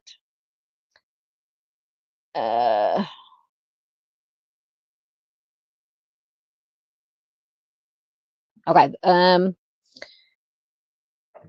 He had brown hair and gray eyes. He had a red handlebar mustache at the time of his disappearance, and his nickname is Lenny. So Leonard was last seen at his farmhouse in Strong City, Oklahoma on March 14th, 1998. His 16-year-old son told authorities that an unidentified Caucasian male driving a white 1994 Ford F-150 extended cab pickup truck arrived at their home during the day. His truck had a yellow tag on the vehicle's front end and may have had New Mexico license plates. And the sketch there and the smaller picture is a sketch of this unidentified male that the son described. So Leonard's son said that his father told him the man wanted to view a horse that he had for sale. He claimed they planned to travel to Elk City, Oklahoma, and Mobeetie, Texas during the day. Leonard said that they would return to the farm later in the evening, but neither Dirickson or Leonard nor the man in the sketch have been seen or heard from again, apparently. Leonard never advertised that he had a horse for sale, so investigators believe the presumed buyer knew him beforehand. Authorities do not know if the unidentified man was involved in his disappearance. This man is described as 6'2" and 210 pounds. He is right-handed with a full reddish-brown beard. He was about 41 years old. He smoked Marlboro Light cigarettes. He wore a blue jacket, a striped Western-style shirt, blue jeans, and a black baseball cap with a red No Fear logo. It says there have been 2 reported sightings of Leonard since his disappearance. A server at the Kettle restaurant in Elk City told authorities that a man resembling Leonard stopped at the eatery at approximately 11 a.m. on March 14th. Investigators believe that the employee may have confused Leonard with another individual, since he had breakfast at home prior to his disappearance, and his family member said it would be uncharacteristic of him to eat again shortly after. Authorities also received a call from an unidentified man in an Amarillo, Texas bar 6 months after Leonard vanished. The caller claimed that he was seated next to Leonard in the establishment. Both the caller and the man thought to be Leonard had disappeared. They were gone by the time investigators arrived at the restaurant. Neither of these sightings has been confirmed. It says that Leonard was left in debt after his 1996 divorce. His family members said he was very close to his son and would never voluntarily leave on his own. Authorities believe that foul play may have been involved in Leonard's disappearance, but there is little evidence to support any kind of theories. So if you have any information on Leonard's case, you can call the Oklahoma State Bureau of Investigation at 800-522-8017. And let me find his article.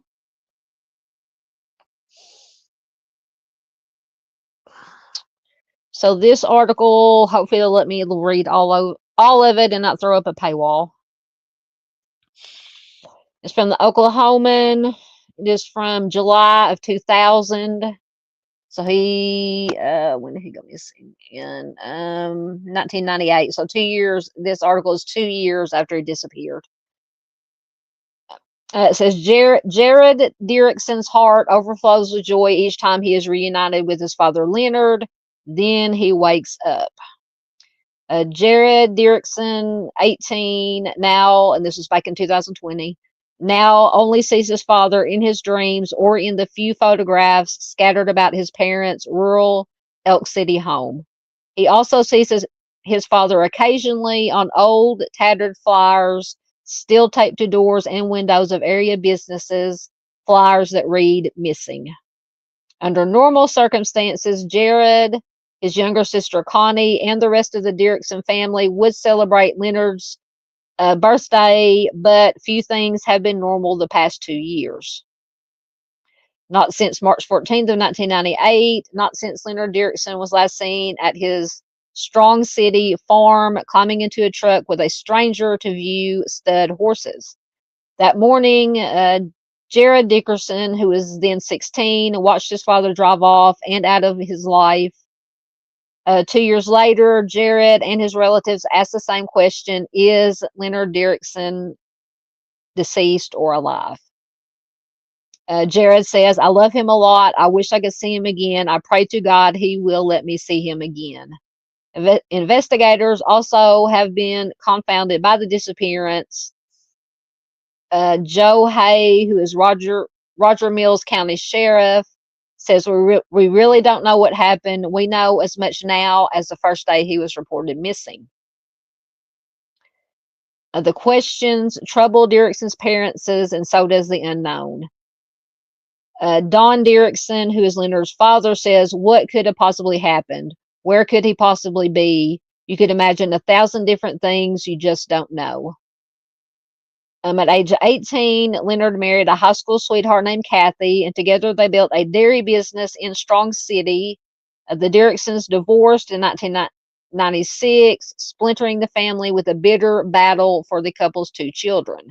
Yet another custody battle. Connie, now 16 as of 2000, lived with her mother in Hammond. Jared Dirickson refused to live with his mother and only began talking to her again last year. And he lives with his grandparents at the time. After the divorce, the Diricksons' dairy business folded because of plummeting prices and high feed costs, and the Diricksons sold out in December of 1997, 3 months before he vanished. Leonard was having a lot of financial problem. Hayes said, I think that's one of the investigators.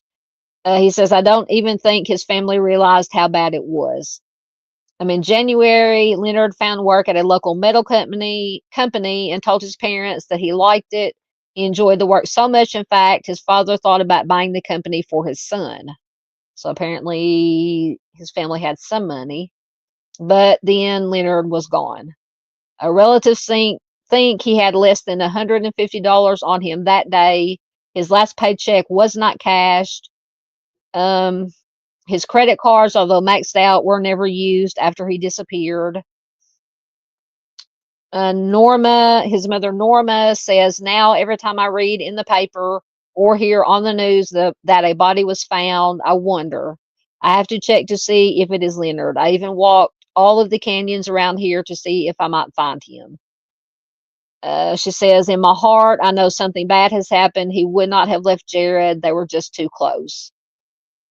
But investigators apparently have their doubts. In September of 1998, 6 months after Leonard disappeared, the Oklahoma State Police, so this is what we talked about earlier, received a call from the man in the bar that said that he thought he saw Leonard in the bar. He says by the time authorities could check on it, no one could be found, not even the guy who made the call. We've gone down there and sat in that bar all night long and nothing. We don't know if he's still alive, but I'm convinced he's still out there somewhere. Don Dirickson hopes the sheriff is right. Don says, if he's alive, I just want him to come back home. Jared needs him worse than we do. So that is an interview with the family and law enforcement that is working on the case. It's a strange one. All right, let me see what you guys have to say.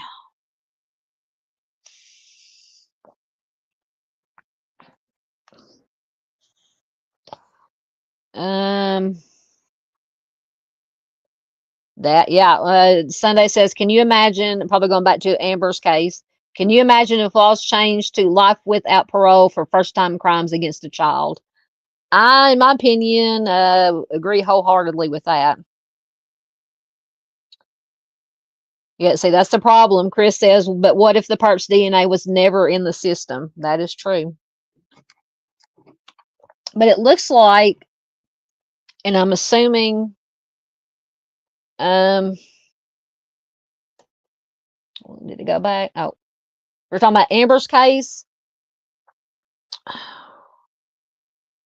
I don't know how much, because I said they tested they had DNA from her sweater. It looks like they could, I don't know, they might have, I don't know, or not. I would have tested that, if they had enough, tested that DNA after Daniel John Smith offed himself. They could take his DNA, I think, and they could have tested it to see if it matched his DNA.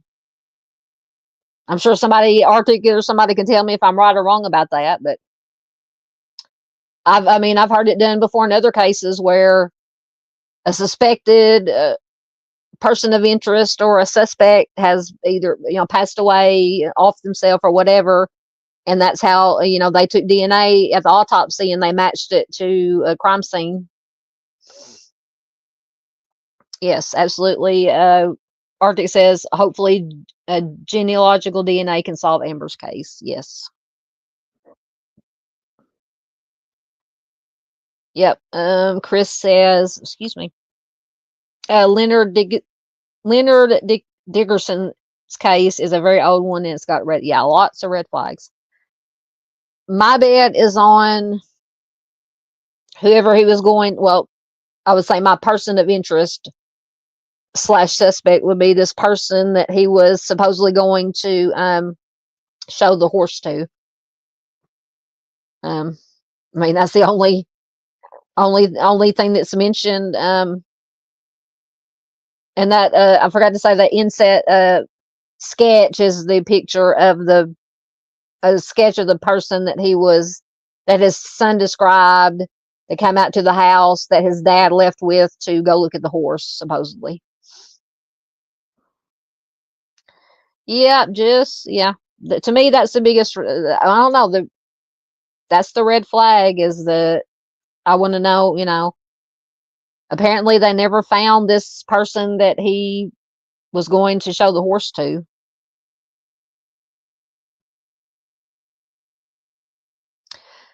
That's also another excellent artist says, how deep did they look into his ex-wife?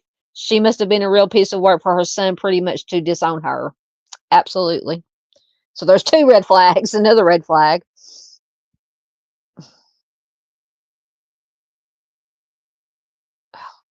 Hate those. Going back to Amber.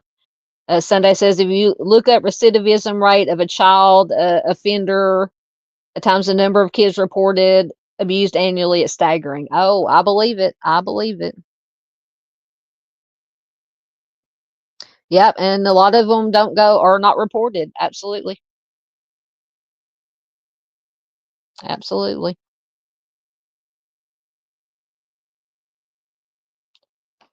Which one are you referring to? Let's see, Miss Lisa Joe said they probably cremated him. Oh, were you talking about the Daniel John Smith who offed himself? I didn't think about that. Arctic also said the same thing. Yeah, I didn't think about that. Miss Paula agrees. All right, I'm caught up again, so we will move on to the next one. Michelle Deanne Crawford. Get her information. I think this is our last one. We can get information to come up. Sorry if I'm moving around in my chair a lot. My back is hurting. I slept a lot of heavy groceries today. Everybody was ordering 40 packs of water, 24 packs of drinks, 12-pack drinks. But anyway, enough of my complaining. That's not why we're here. So Michelle Deanne Crawford went missing on June 8th, 1999 from Lawton, Oklahoma. She's a white female. She just says 21 years old. I'm assuming that's how old she was when she went missing. At the time she went missing, she was 5'3", 125 pounds. It says she was possibly wearing denim shorts and black open strap sandals. She has blonde hair and blue eyes. She has a surgical scar in the center of her chest, 2 surgical scars on her abdomen from a heart operation when she was an infant. So Michelle was last seen in Lawton at around 11 p.m. on June 8th, 1999. She lived with her parents in the 2200 block of Northwest Lincoln Avenue at the time. She told her family members that she planned to go to the movies with a friend that evening. And apparently, after that, she has never been seen or heard from again.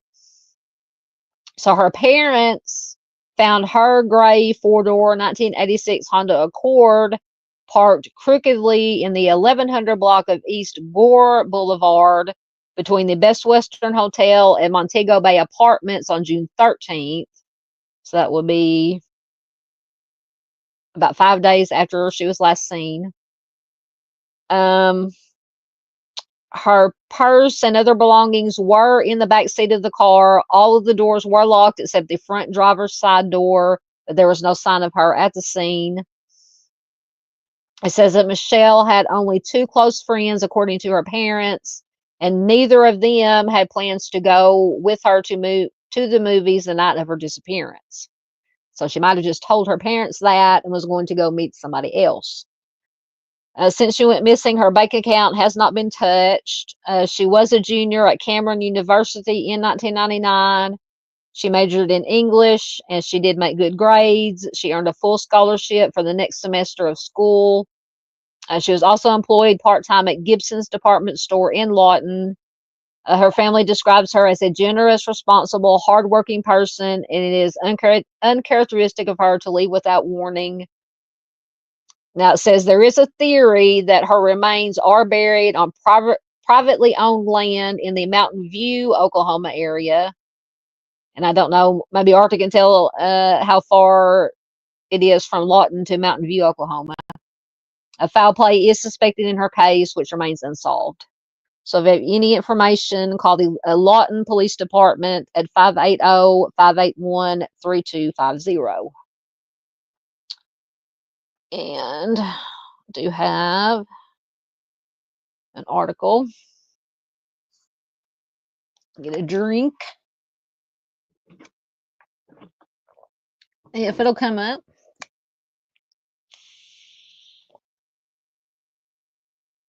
Oh, come on. Of course, it'll get down to the last one. And it's taking its time. There it is. All right. This article is from May of 2019. It's from I don't even know how to pronounce that. TexoMashHomepage.com. Oh, TexoMossHomepage.com. And like I said, this is from 2019. It says all last week, KFDX and Texoma's homepage put a spotlight on missing person. Okay. Missing persons cases in our series. But now the spotlight has turned to someone in Texoma. Michelle Crawford, 21, was an English major at Cameron University in Lawton, hoping to one day be able to impact lives as a teacher. Those who knew her said she was a straight-A student, liked by everyone, and would have been a great teacher. Sorry, I'm trying to get rid of ads. On June 8th, 1999, Michelle came home after work to her parents' house on the 2200 block of Northwest Lincoln Avenue to tell them that she was going to hang out with a friend. Her dad, John, says that she had gotten off from work and we were both just getting off work ourselves, and Kathy, her mother, was getting ready to go to bed. It was about 9 p.m. I was still up on my computer. Michelle came in and said she was going to go to a movie with a friend. When they woke up, Michelle wasn't home, but her parents didn't think anything of it because she sometimes would get up early and go work out at the gym. When she hadn't returned home by that evening, they knew something was wrong. John says Kathy had actually gotten home and her employer had called to find out if Michelle was there because she hadn't shown up for work. That's when we knew there was a problem. We found out from my youngest daughter, who still lives with us, that she had not been home all day. That's when I flagged down a police officer and we made a report. Why did he flag down a police officer? Officials found Michelle's car in between the Best Western and Montego Bay apartments. All the doors were locked except for the driver's door. Like I said earlier, all of her personal belongings were found in the back seat. And that is why John, her father, says he believes foul play was involved. John says, we think that something happened to her arranged, but we don't know who, what, when, or where. We just know she's gone and we've never seen from her. This, once again, is a very poorly written article. We've never seen her again or heard from her again. She had an account with money in it in the bank that's never been touched. Her credit cards have never been used. And this is her father talking. Her IDs have never been used. Her social security number has never been used. As far as we know, she just vanished.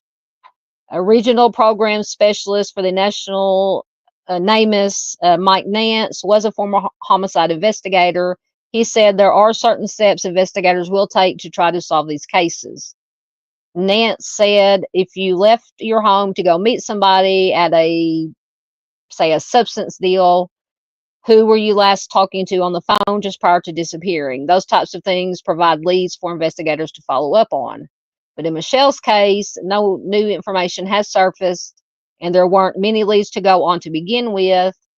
Nance said the lack of new information and having exhausted all leads makes this case so difficult. He said she left home one evening and no one has seen her since. That's what makes these type of investigations so difficult. The lack of physical evidence or any information to be able to follow up on. And Nance said he is not sure if this is a case that will ever be solved unless the person or persons who know what happened to Michelle come forward. Absolutely.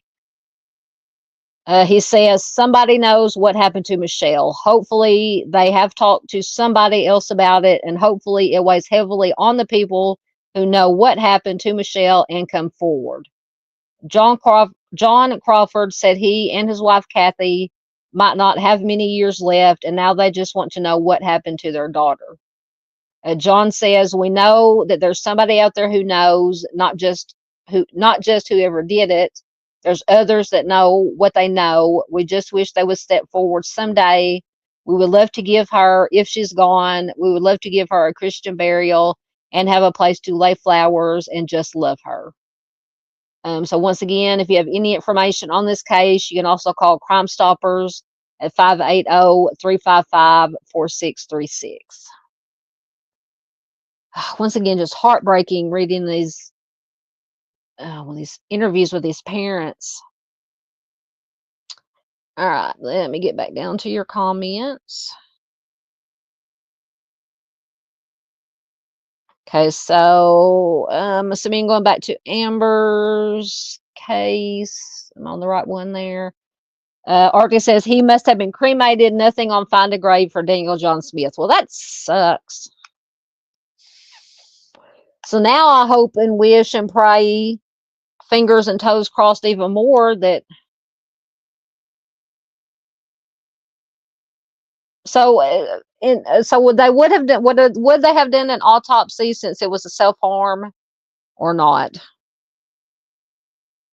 I'm hoping that if they did an autopsy, that at least, I don't know, took blood, DNA, something that they could match or test against the DNA that was found on her sweater. But who knows?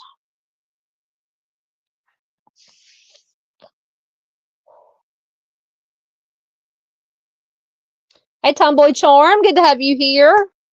I always see you in Dago's Meatballs in the Morning.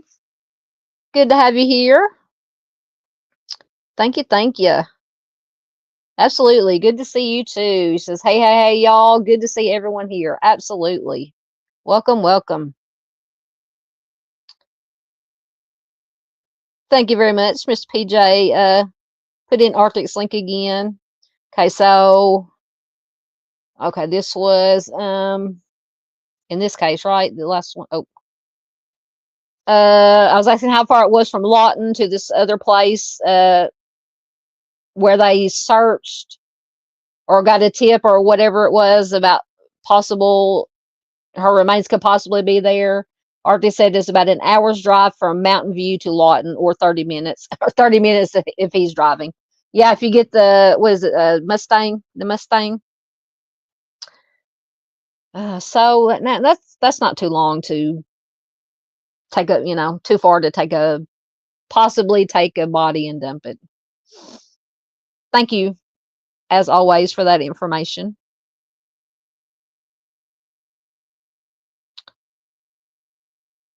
Oh, yeah. Miss Barb said it is gut wrenching. I know, Miss Barb. Yeah, I know what you meant, Miss Barb. Yeah. Artist says, oh, they definitely talked to someone about it. In my opinion, these criminals just can't help themselves. Yeah, they like to yep. And that's a good thing. That's a good thing. But it's just getting the people that they yap to come forward to the authorities to say something.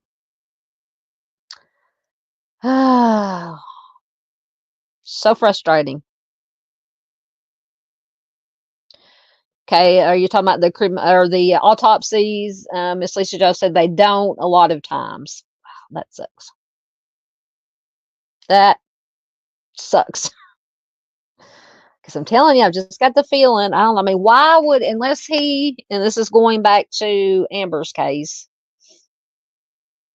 why would Daniel John Smith, or whatever his name is, take himself out 4 days after she disappears, unless he was just so heartbroken that she disappeared, even though he was a POS who had assault and SA charges against, or had been convicted of, charged with assault. And oh, I'm getting a cramp in my foot. Holy moly. Oh, sorry, guys. Wow. That's smarts. Anybody ever got a cramp in the bottom of your foot? Oh, my goodness. Okay. Made me forget what I was talking about. Oh, I forgot what I was talking about. Oh, the piece of the POS. Unless he was just heartbroken by Amber's disappearance and decided he couldn't, you know, or maybe he just couldn't live with allegedly, possibly what he had done. Oh my goodness, I can't get the cramp out of my foot. Sorry. That is a good question. Miss Lisa says, but do they even still have the DNA from the sweater? I hope so. I hope so. Yep, excellent question.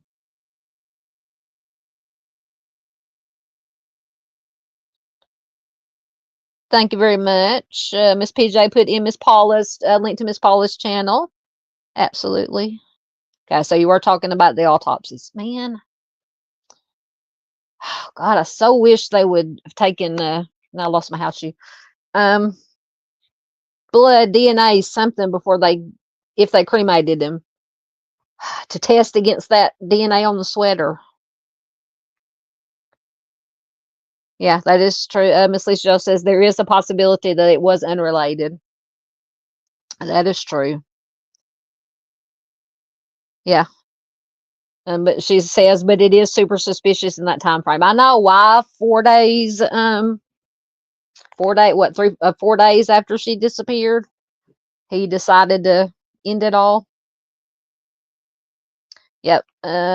Lisa says in the 80s, DNA was just coming out. Yep. Yeah, see, that's what Art. Yeah, we were saying. Artie was saying. Miss Barb says, can't they test one of his family members? They would probably have to be willing to submit their DNA.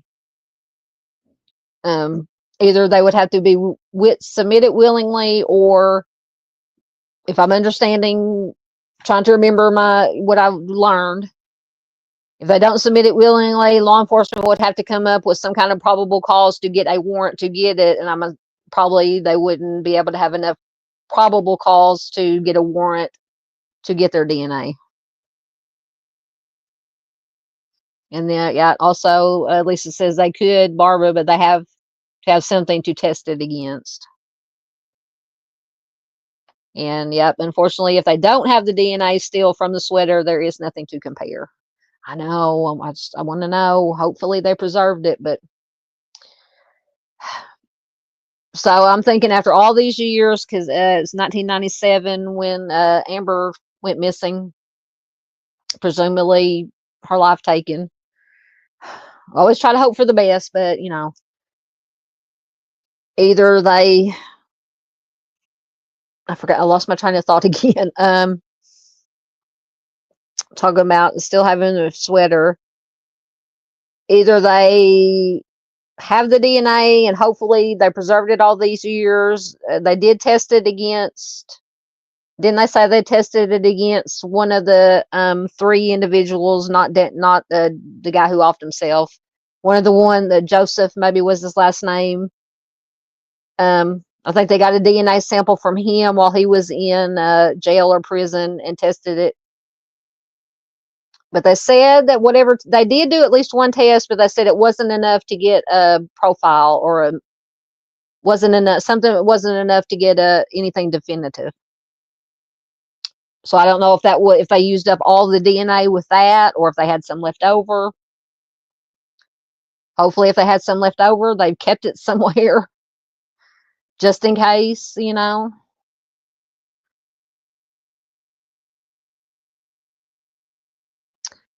Oh, comment.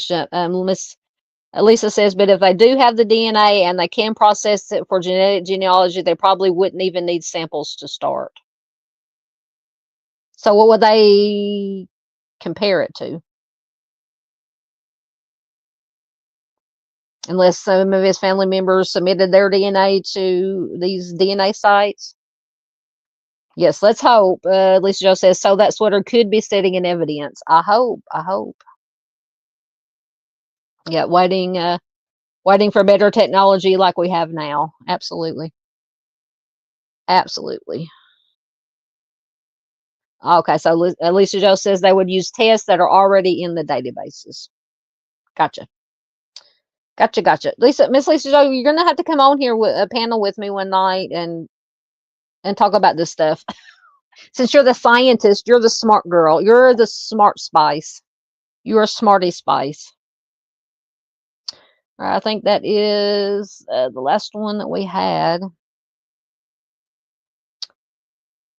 And Miss Lisa Jo says, and knowing the potential suspect versus trying to figure out an unknown would be a huge advantage. Yes. Miss Paula agrees. I do too. Absolutely. Absolutely. We've been on about 2 hours. All right. If anybody has anything else, give me a drink. Because that was the last one we had. I don't know. So tomorrow night is New Year's Eve. I've got to get a hold of. I don't know if Dave knows whether or not, because in his live stream Saturday night, Sunday morning, he said if he wasn't working, he may do a live New Year's Eve live stream. So we're trying to figure out whoever can be on panel. I said I would come up. I'm sure if Arctic's awake or coherent, he could come up. Anybody could come up and just have a fun live stream. But I got to get a hold of Dave since I have his email address now. To see, and if Dave is not working, or if Dave has to work and can't do one, or may do a late one, I may, because I'm not doing anything tomorrow night. Mom will have to go to bed early because she has to work early. I'm still trying to decide if I'm going to work on New Year's Day. Maybe not, because I want to stay home and watch the bowl games, the football games. But I may come on at some point tomorrow night, maybe 8:30, 9, just for a fun New Year's Eve.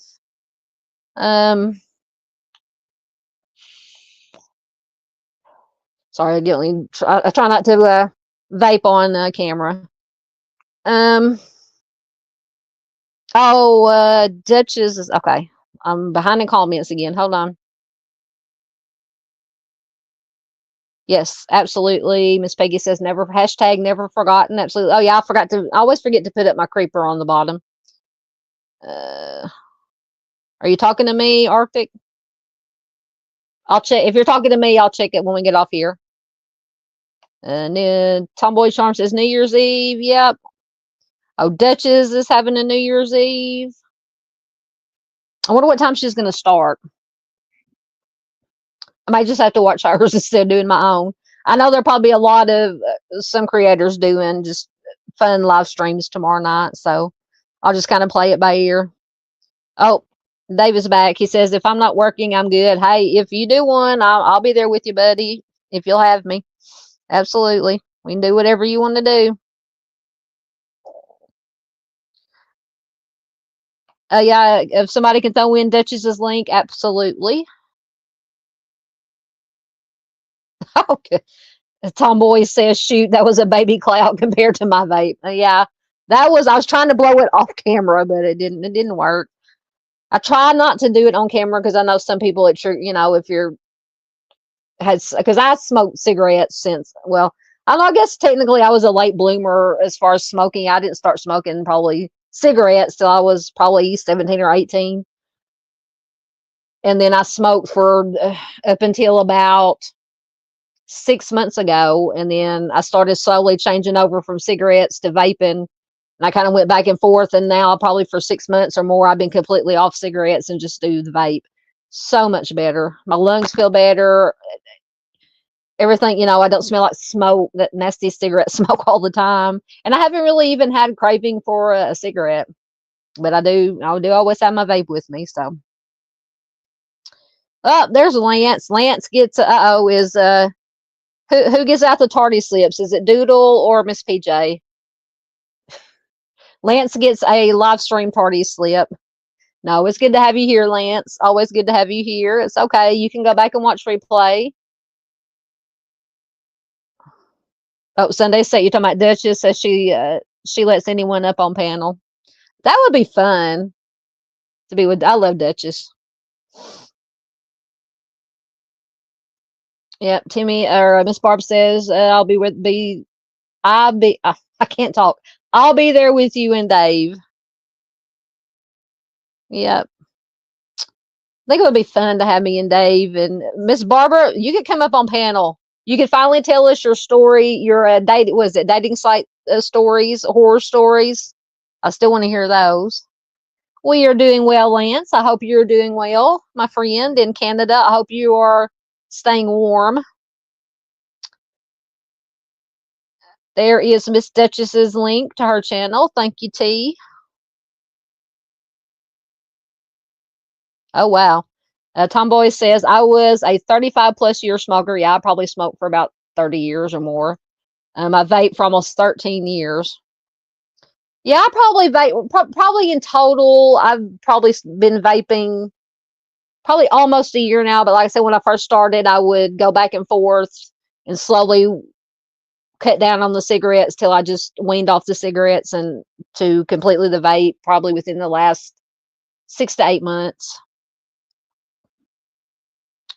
I said it's definitely, I like it. I mean, and I can do it in the house.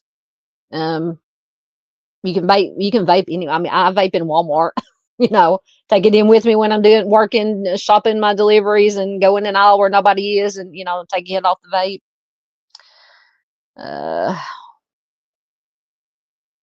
Although I got caught once by an associate, but they just kind of looked at me and then turned around and walked away. They didn't say anything. So Arctic says, I vape like a freight train. My house looks like the fog over London. Oh goodness. Miss Peggy says she started at 9 years old. I know that people start young. She's still having trouble quitting. It's hard. It is very hard. And before I even thought about, you know, vaping, and I didn't vape back when all you had was what the first ones that came out that you had to put the coil in and the juice and I just do the disposable. I don't know if you can see it, like the disposable vapes now. I mean, and they'll last. One of these will last me probably 2 weeks, maybe 3, depending on how much I puff on it. But yeah, it is. I tried to quit smoking cigarettes years ago, twice. I think the longest I lasted was maybe one time was maybe 2 weeks. 2 weeks wasn't long. Dave says, "Have your people talk to my people." Yes. Like I said, if you're down to do a live, Dave, I will join you if you'll have me.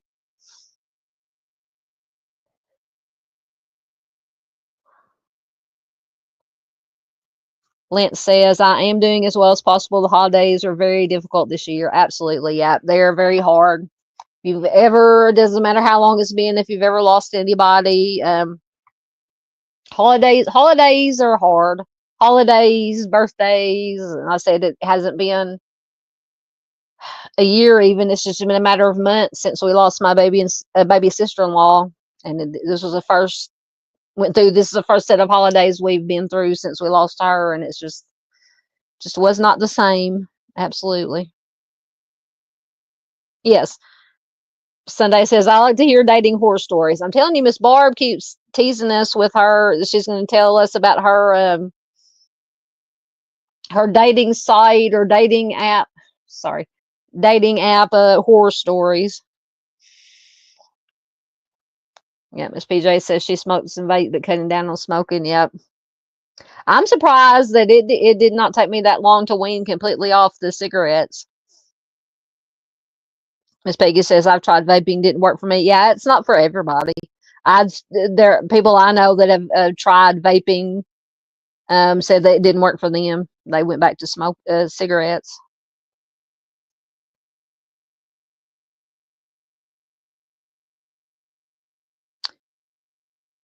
Was that a horror story? Lance says, I have a dating horror story from tonight. I finally met someone I really like. Since my wife passed away, it has been an impossible thing to even consider. Oh, I can only imagine. Only imagine. Thoughts, prayers, and good vibes.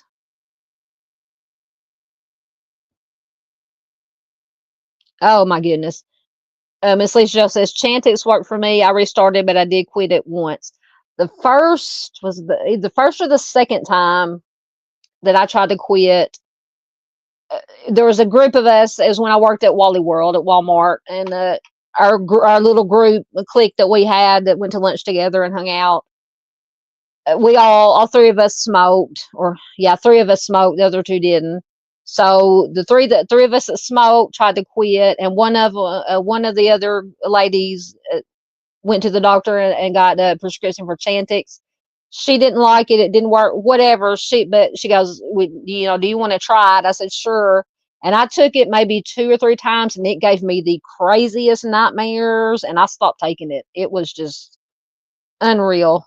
I mean, and I have some crazy dreams and nightmares, but on this Chantix, it was, I don't know what it was. It was not good. Oh my goodness, Lance, I'm sorry to hear that. And it says tonight was verbally attacked by another guy who likes her from social media. I'm so put. Oh my goodness, I'm so sorry, Lance. Yes, Miss PJ, we want you on panel too. Absolutely, Miss PJ says we all should collab sometime. I'm hard to get on a panel. Yeah, like me, you, Dave, Arctic, anybody, all of us. Yeah, I so want to collab. We can get everybody's schedule one night where we have a night free where we can do a collab on to talk about whatever.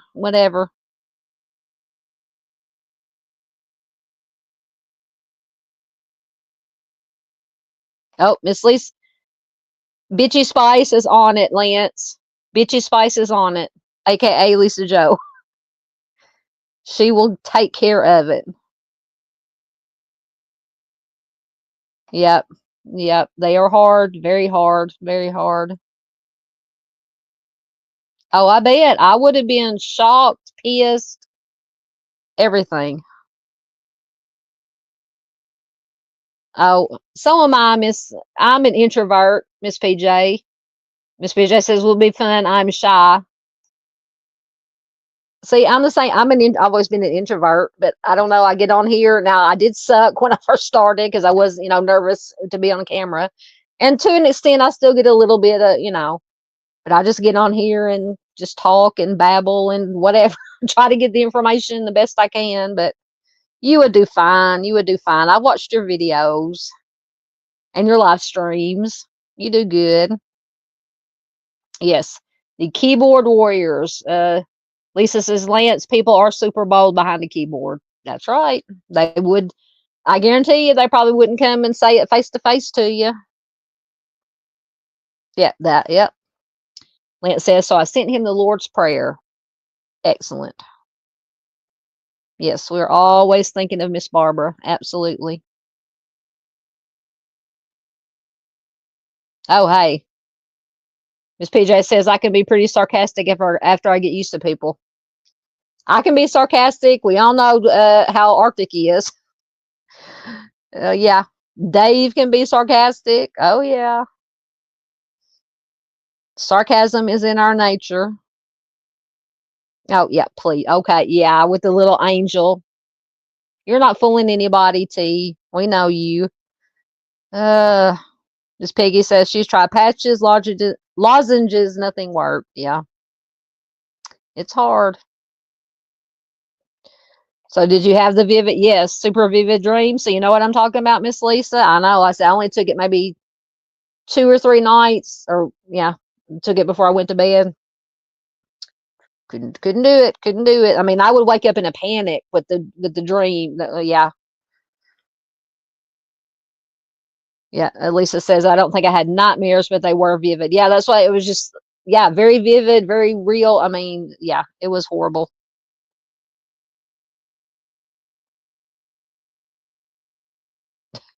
As PJ says, people tend to not realize when I'm sarcastic, so I have to be careful. Don't tone it down. Miss Lisa Joe, we'd love to have you on panel with us too, with your knowledge of genetics and DNA, genealogy, whatever it is you do. Miss Peggy says she could help with the sarcasm. Hey, absolutely. Oh, Dave. Dave says, I had a crazy dream. Mr. Steve was following me with his high beams on. He must make a lot of trips every weekend from Florida up to your neck of the woods up on the Northeast coast, Dave. Inside joke for anybody that. And I hate when people drive. That's why, for one, I'm to the age now, I have been for a while, where I cannot see to drive at night anymore, especially with lights coming at me. And especially if people have their high beams on, like Dave is always talking about, I can't see. It drives me nuts. Like, you flash your lights back at them and they don't dim them. It drives me nuts. And then you have the ones that's got these, the weird blue lights, whatever they are. Those are the devil. Those are the devil. I hate those lights. And then around here, we have the big jacked up monster truck, trucks, and they have their lights are, eye level to. It's horrible. It's horrible. See, it seemed like it would be the opposite. Miss PJ says, on YouTube, I'm shy. In real life, I'm pretty social. Really weird. I don't get it. See, I'm the opposite. In real life, I'm more of an introvert and shy, but getting on here doing this doesn't bother me anymore. I said I still get, a little nervous, but I just got to the point now. We have a wonderful community. Those of you, who've been watching for a while know how I am. I can flub my words and babble, but I try to get the information across the best way I can. And if anybody new comes in and doesn't like the way I do it, they don't have to watch. They don't have to watch. I appreciate people who do come in and watch, but everybody has their own style.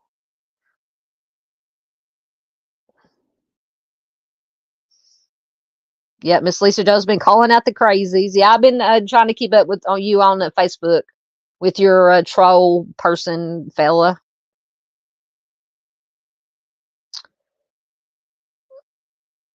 That is perfectly fine. Also, Miss Barbara says, I don't want to quit smoking, so I'm not. That's perfectly fine. Whatever gets you by. Whatever gets you by. No judgment. Absolutely. Absolutely. And Lance says, I do my fighting through prayers. It is a very powerful way to fight your battles. I agree 100%. God has got your back. Miss Peggy says same thing. She didn't want to quit. Perfectly fine.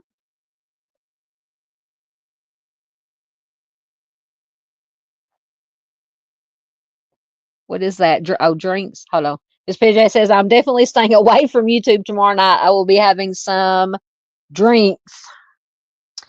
I won't be having any drinks. Well, maybe not. Now, if we have some Crown in the house and and some Coke, maybe a Crown and Coke.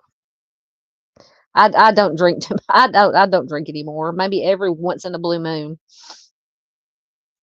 Uh, yes.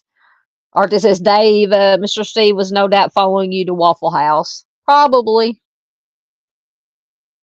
Yes, absolutely. Lance says, give the fight to God always. It is for the best. Yes, sir. Excuse me. You're not petty, Miss Lisa Joe. Yes, reflected in the mirror. Yes. So not only, because Miss Peggy says, yes, lights and mirrors coming towards you, it sucks. Yeah. So then you have people at nighttime coming up behind you with the lights that reflects off the rearview mirror. So then I have to flip the mirror where it won't. That's why I don't drive at night anymore. That's why I'm home by dark time, by dark 30 or before dark 30 from work.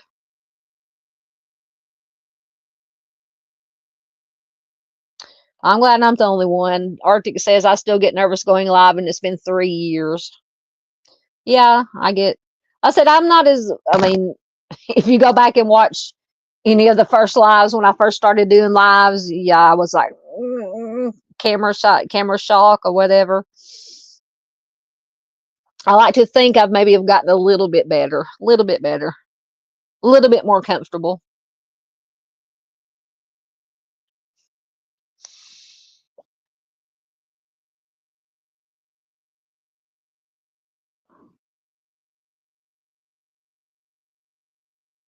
Miss Barb says, I have no problem talking to anyone where going live is a different story. I feel like I'm talking to myself in a mirror. I don't like looking at myself. Yeah. I try, which I do this for my camera. Well, I can see it on my, I try not to look, I try to look in the camera, you know, make eye contact every once in a while, but I try not to pay attention to it a whole lot. And then sometimes I'll go back and watch some of the, you know, replay just to, you know, and I'm like, oh my God, why did I say that? Why did I do that? Why did I make that face? I'm hypercritical of myself if I go back and watch one of you know, myself. I hate it. Yes, that absolutely. Almost said Miss Peggy. Miss Barb says smoking is my nerve pill. Yes, I agree. This is my pacifier for my nerves.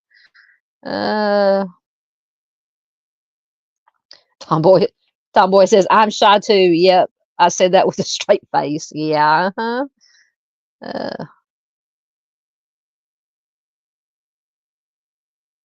Oh, wait a minute. Well, we congratulate Miss PJ for. What did I miss? Oh, your 3 for your channel. Miss PJ says, "Oh my God, true crime. Arctic. My 3 years is this week. Congratulations, Miss PJ. I don't even know. Mine was 2 years this past February. It'll be, I think, 3 years in 2000 this coming February. I have to go back and look, but I think it'll be 3 years this February. Maybe 2. I don't know. I can't keep up with it. Because I would stop it and start it. I would start, you know, I started it and then I would go away for a while, and because I couldn't figure out what exactly I wanted to do or how I wanted to do it. And then when I finally got rolling and found how I wanted to do things, that, you know, if that makes any sense whatsoever.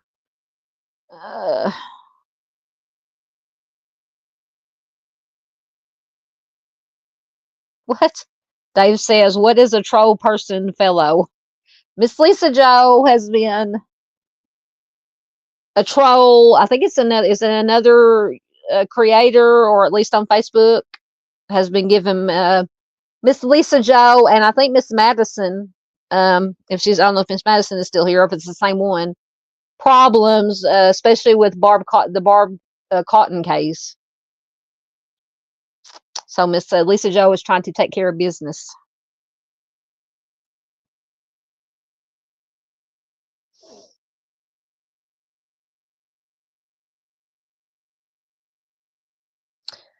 Yeah, I feel you. Sunday says, I try hard not to get mad about the laws, and the way cases are handled is tough. Cussing is easier. Yeah, some of these laws, you can get Arctic started too about some of these laws and laws that need to be revamped or changed, and the way cases are handled or not handled, especially with missing children. They're most of the time automatically labeled as a runaway if they're a teenager. Drives me absolutely crazy. That hence the link to Arctic's petition to standardize the Amber Alert system is also in the description box. Please sign it if you haven't already. If you signed it, please share it. And there is also a link to the petition for the John Britt McGee case from here in Arkansas. It is also linked in the description box. Please do check that. I'm hoping I've got to get with Miss Christie. She sent me a message and said that she and Brent's sister wanted to come on and do a live stream. So I'm hoping to maybe after the first of the year, or at least after New Year's, but hopefully work out a schedule to get them on to share Brent's story again, because that's another case that talking about not being handled and things going on with that.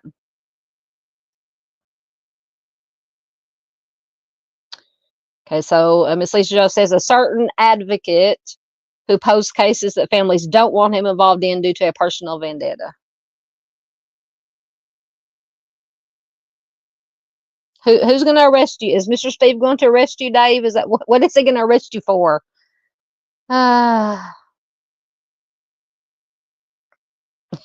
Miss Peggy says I have a t-shirt that says, I'm a professional sarcasm person. I like that. Oh, the Lions came back and won. Oh, yeah, I got forgot about the ball game. Well, I'm happy for you that the Lions won, Miranda. I don't know what the final score was. I'll have to watch the replay of it. They usually show the replay on NFL Network. But congratulations to the Lions. Or to say Lisa and I are the Petty twins separated at birth. I like that too. Lance says, I have a t-shirt that says, if you think I'm being sarcastic now, just wait until you hear what I have not said. I need that one.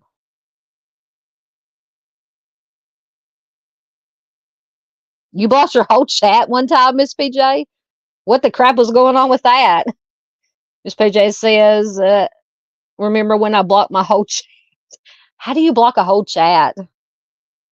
We've only had one incident the other night with when was it? Somebody came here calling me a moron.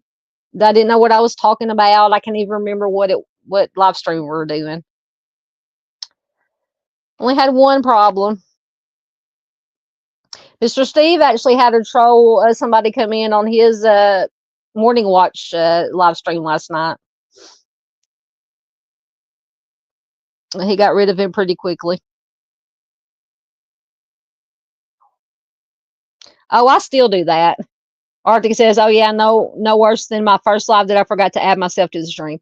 Half the time I forget to add myself. There's been several times when it's come on, you know, that my intro gets done and I'm just sitting here talking away and I look up and I'm not on the screen. I'm like, well, shit.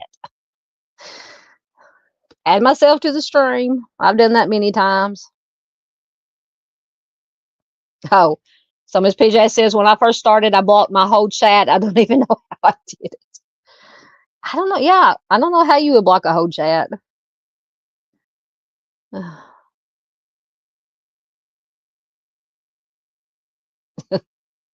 Stop my cam for a minute. Yeah. Dave says the strangest stuff happens once live. It wouldn't happen if not alive. Yeah. That's what I always say. If I didn't have at least, you know, a mini dumpster fire, at least it wouldn't be one of my live streams. Dave has great lives, great chats, great people in chat. Oh, speaking of, hello, Mino Dino. Is your phone charged? Is your phone charged, Dean? Dean is one of our, I call them the night owls. They're in Dave's chats. Good to have you here, Dean. We just got finished up with our Missing Person Monday. Just chatting a little bit. I like chatting with you guys. And go for a little bit longer. So for anybody that's not going to stay around for chat, thank you so much for watching. Please be sure to hit the like button, leave a comment, share it anywhere, everywhere you can. We're not leaving yet. I'm just saying, you know, anybody who doesn't want to stick around for chit chat. Thank you to everybody who's watched the replay. We love our replay crew. We love our lurkers out there. We still got 17 people in here. Excellent.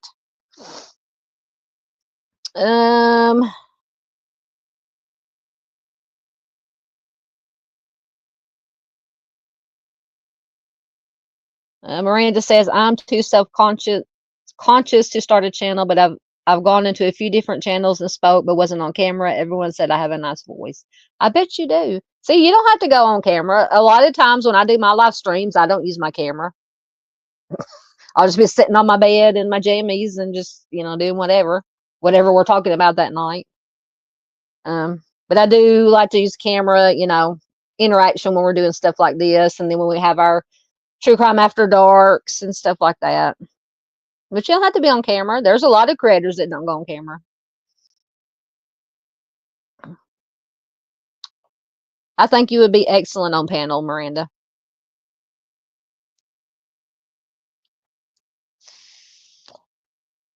Good to have you here, Dino. Yes, Miss PJ is awesome.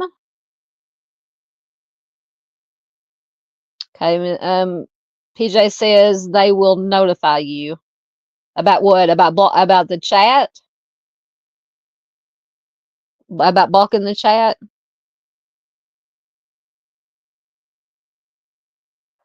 Yeah, Arctic says, I think both you and Sunday would do great with channels, Miranda. Absolutely. Anybody, hey, if I can get up here and do this with my country, southern, babbling self, anybody can do it. I'm telling you. Miranda wants to know who Lisa Joe's troll is. I'm trying to think. I think I do know the channel name, but I'm not gonna say it. Now, if Miss Lisa Joe wants to put it in, I'll put it up on screen, or if she would rather not, that's fine. Yes, go. Yeah, just go. If you're on Facebook, just go look at her Facebook. It is all over her Facebook page or Facebook profile. There's another one of our night owls. Hello, Miss Heather Brown. How are you, my dear? Good to have you here. Good to have you here. Good to see all these people showing up. Yes, you could absolutely start channels together. Sunday said, Miranda, we could start one together. You be the good cop, bad cop. There you go. Yeah, absolutely. Yeah, and anytime I'm doing a live stream, if any other creator wants to come up on panel, Arctic's been up here. I've been on Dave. Dave's had me on his panel. Miss Barb, I mean, anybody who ever wants to come up, just to, I can put the link in the chat and you can join, the StreamYard link, and you can join. Yes, are y'all stalking each other? Dean and Heather, I think, are stalking each other like me, like Miss Barb stalks me. I don't stalk Miss Barb. She stalks me, just for the record. Allegedly. Allegedly.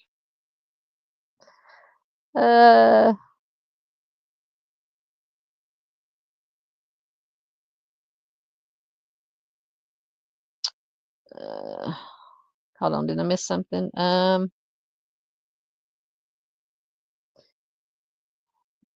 Lisa said, and also Eileen Mahako and Christy Kennedy both have missing family members. Yes. So he's trolling them too. Oh goodness.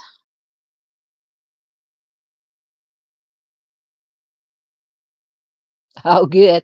Arctic says, oh, I did a video about the troll, but it's unlisted until he's least expecting it. Good for you. Good for you. Oh goodness. I hate trolls.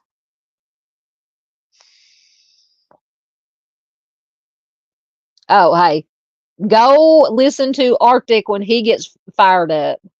Lance says, my worry about starting a channel is containing my rage verbally. I am so impassioned about victims of crime awareness, I will likely scream.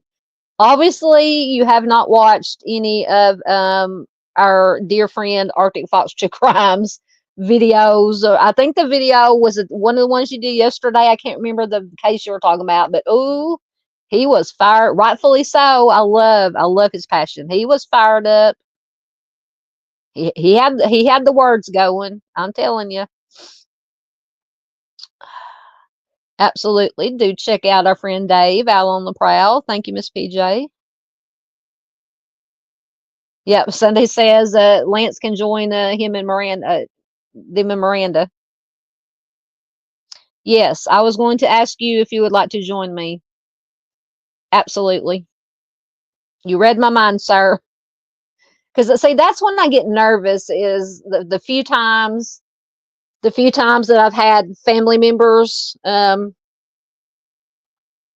like I had Marissa Carmichael. I had her on to Miss Sarah to talk about Marissa's case. I was so nervous, and then I've done live streams with Miss Barb talking about Timmy's case. I was so nervous. I get nervous with family members because I don't want to do anything wrong or say anything wrong. I just want to do the best I can for the family member. It's just, that's when I get nervous doing live streams.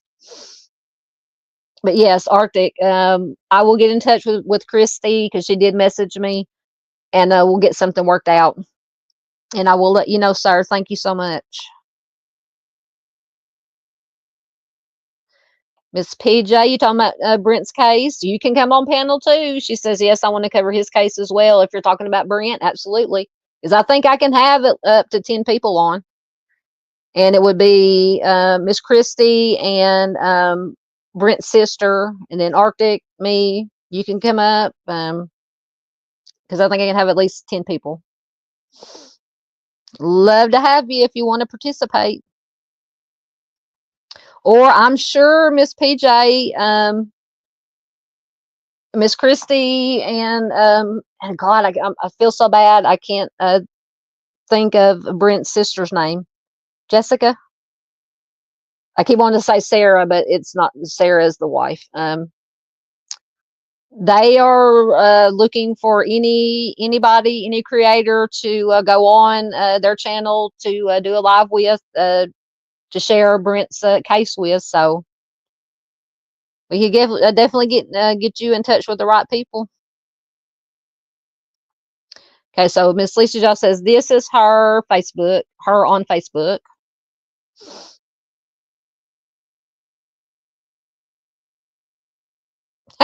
I do that too. Miss Peggy says, fortunately, I don't have really close neighbors. I cuss and yell at my phone every day. I'm either yelling and cussing at my phone, yelling and cussing at the TV.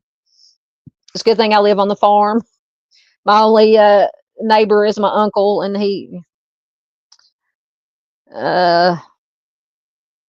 can't hear anything. Dean says owl is the Illuminati owl.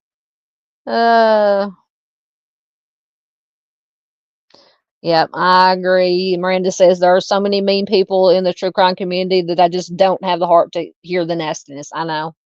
I agree. Dave is he might be working. He's working, but he's been popping in every once in a while, leaving comments. He's out listening and driving. Absolutely, we will. Well, I check out Miss PJ's channel all the time, but yeah, for anyone who hasn't, head on over to Miss PJ's channel, say hi, take a look at some of her videos, watch them, share them, like them, comment on them. All of that stuff helps.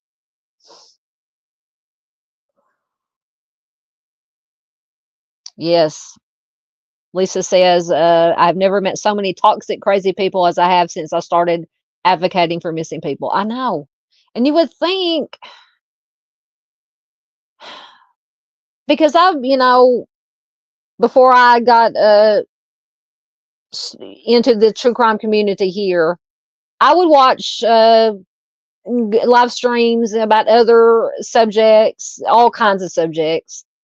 And I never came across the toxicity and the nastiness and that you do with the true crime. And you would think people that were, and it's true, people that really care about true crime, the families, the missing, the unsolved cases, they're not, they're not the toxic ones. It's the good people like you people, like this community, and other shared communities like I think we rotate around to all the good ones like Mr. Steve and Arctic and Duchess and Dave and Miss PJ and Doodlebug and Dago, and although the ones who are in it for the good, but I'm like you, I just don't understand why true crime, why are people so hateful?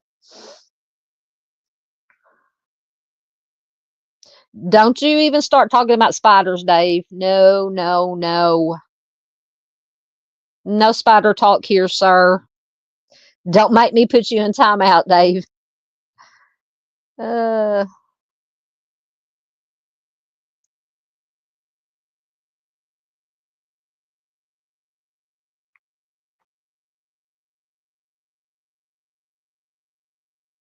Oh, you have to, Miss PJ says, no clue. I didn't know how to use StreamYard. I'm still figuring out. I think I got the basics of StreamYard. Says, I didn't know how to use StreamYard. I just started using it, and I was trying to add a mod.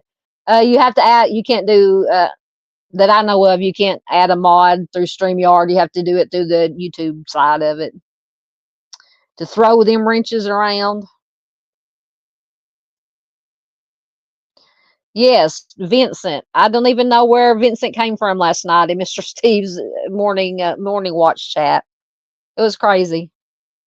Crazy, crazy. See, and Mr. Steve, because Mr. Steve, he's like me. He's stays behind and comment, catches up and comments. So it was a little bit before he. But when Mr. Steve first noticed, at first this Vincent fella, whoever, was just giving Mr. Steve a hard time. But then he started, and you know how Steve is. It rolls off his back. It doesn't bother Mr. Steve. But then he started getting on people in the chat. And when Mr. Steve got down to where he was getting on people in chat, Vincent got booted really quick. Because Mr. Steve said, you can mess with me all you want and say whatever about me. He said, but you don't talk about my chat. So Vincent was out of there after that. Yes, we love Dave. Heather says, Al, I love you. Yes, we love Dave. Paula agrees. Yes. Miranda says, I'm a sensitive soul and generally love all people. My heart hurts easily. Absolutely.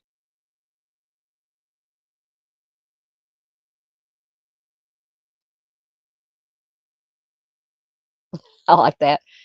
Miss PJ says, it's so funny. I have twins in my class. They love owls, and they gave me owl salts. They call them hootie hoos. I like that.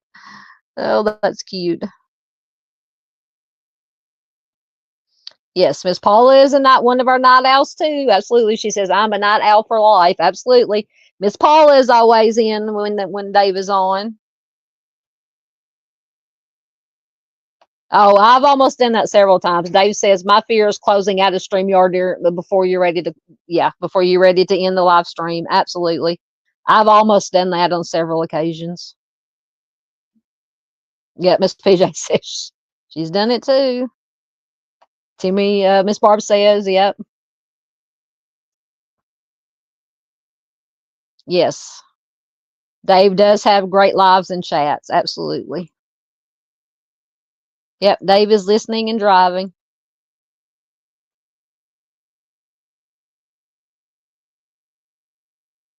I'm the same way. If I could stay in the house 24/7, I would.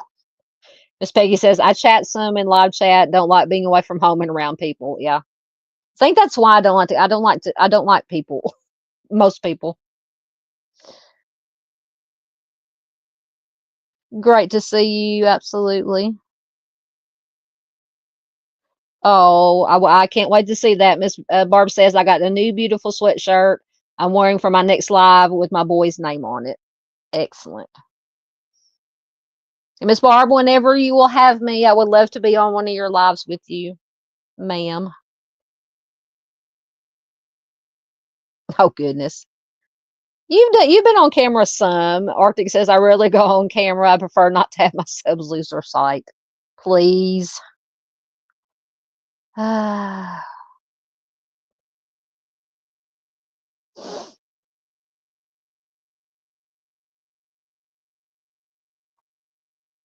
Oh goodness.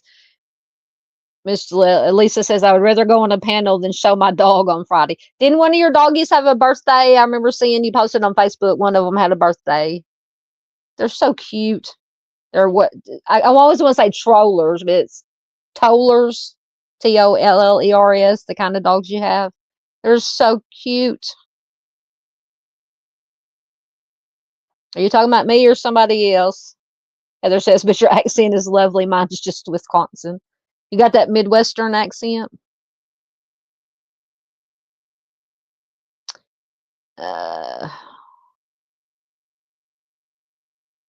Just getting caught up, and we will probably get out of here in just a minute.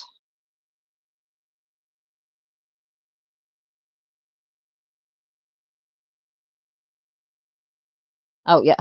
Miss Lisa Joe says she's not always this mouthy. Yeah, right. We love you, mouthy, Miss Lisa Joe. Mouthy Spice.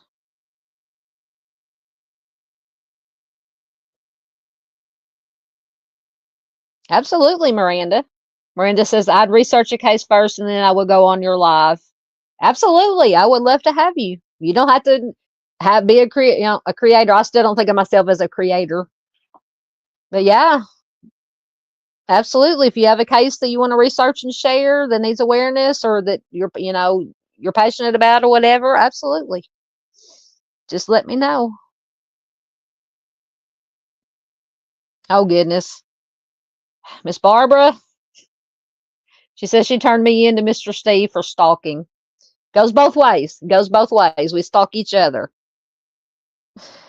I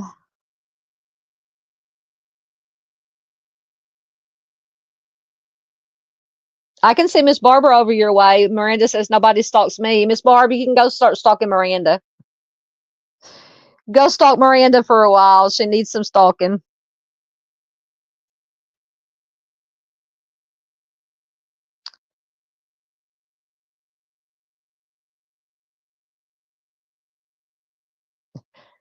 Lance says we should have an everyone stop and scream break. Screaming is good. It makes you feel better. Absolutely. Oh, maybe I'm gonna try. I'll try to make a scream cow. That's a good idea. Yeah, like the moo cow, only a scream cow. Absolutely. See, I don't think I'm good at interviewing. Miss PJ said I have to work on interviewing people. I don't think I'm good at interviewing. Arctic is very good at interviewing. That's one reason that I was going to, aside it from the fact that he's a wonderful person, and I love having him come on panel with me. But another reason I wanted, if we can get Brent's family on here, so if I stumble and fumble and Arctic will be there to save me.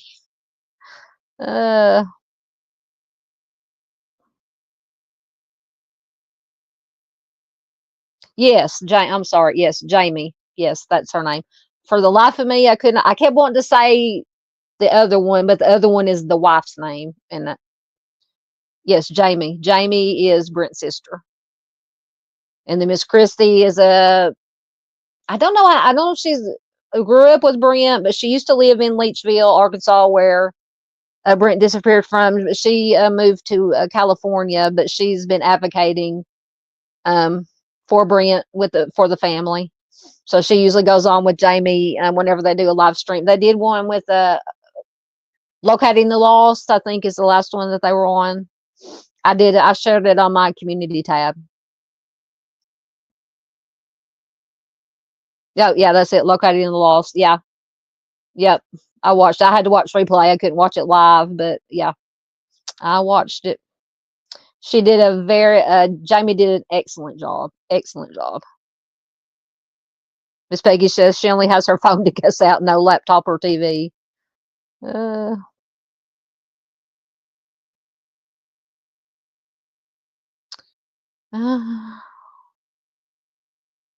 Arctic's talking about having money returned. I'm confused. I must have missed something. There's another one of our night owls, Jenny, 8675309. Hola, family. Hola, familia. Hello, Jenny. Welcome. Welcome, welcome.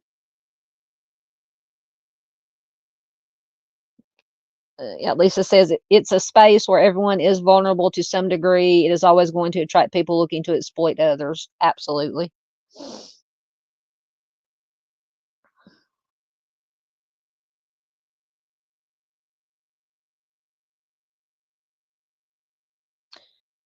PJ says, I'm trying to cover a bit more awareness subjects because people are making a bad name for the missing community. I refuse to be classified true crime. Yeah.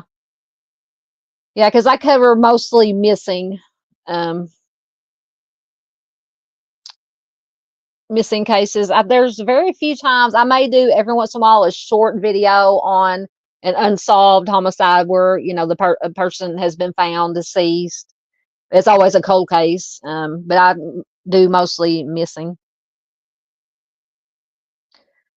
Oh, good luck if you're trying to get money back from Walmart. I can tell you that right now. Yes, absolutely. Miranda says, I hate to bring this up. Don't apologize for bringing anything up.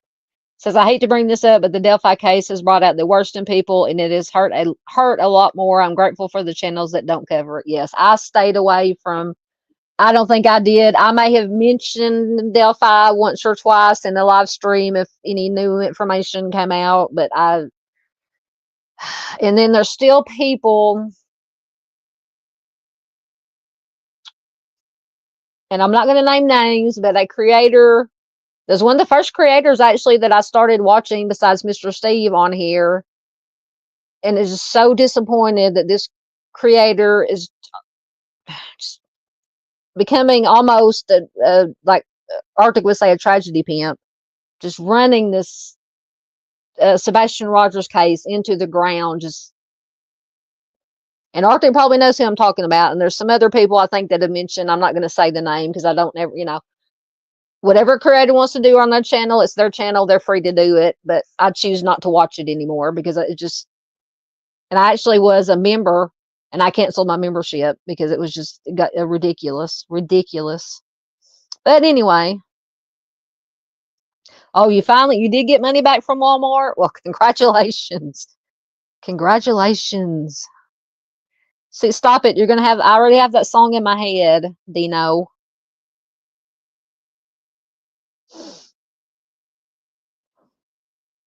Yes. Miranda says, Mr. Steve handles it so well. He laughs at the trolls. He's a gentleman to the trolls. Yeah. Like I said, I think he would have let Vincent stay in there if Vincent hadn't started messing with the people in chat. But it's like he said, you can call me. Mr. Steve said, you can call me, say whatever you want to me, but when you start messing with people in chat, that's where he draws the line and he boots them out. Oh yeah, trolls don't bother Mr. Steve. Yeah. Lisa says, I've never liked the term true crime community. I know. But I have it in my channel name, Southern Gal True Crime. What could I change it to? Southern Gal something. You can come up with some new names. Because when I think of true crime, I think of like the TV shows, the drama, the exploiting and this and that. But I guess I'm stuck with my channel name for now unless I can come up with a new name. Yes, absolutely. Arctic says exactly, as creators that cover cases factually have to stick together. Yes. That's why I've limited who I watch on a regular basis. Arctic obviously is one of them, as PJ is, Duchess is, Mind a Monster. Oh, if somebody wants to throw Sunshine's link in there, Mind a Monsters, of course, Mr. Steve, Dave, Doodlebug, Miss Truth and Justice channel. Yeah, I'm very, very picky about who I watch and who I endorse or suggest for people to watch. Yes, Mr. Steve is a saint. Very sweet. He is the national treasure after all. Yeah, exactly. Miranda, you said it. Mr. Steve is a GM. He is our national treasure. Absolutely. So yeah, maybe I can, PJ says, yeah, I've never classified myself true crime, always awareness after seeing all the craziness. I have to come up with a way to work awareness in with change it around a little bit.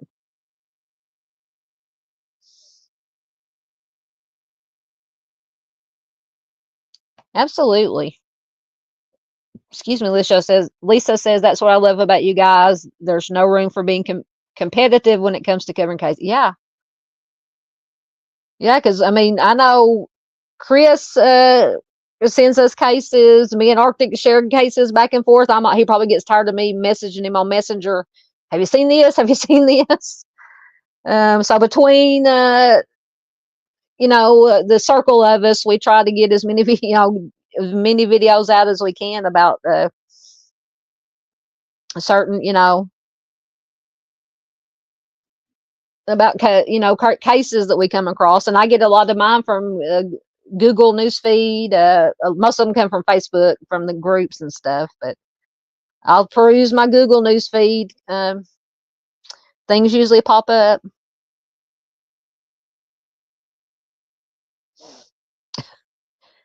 Heather says, special shout out to Dave. Check left, right, and left again, please. Yes. When you're turning, left, right, and then left again.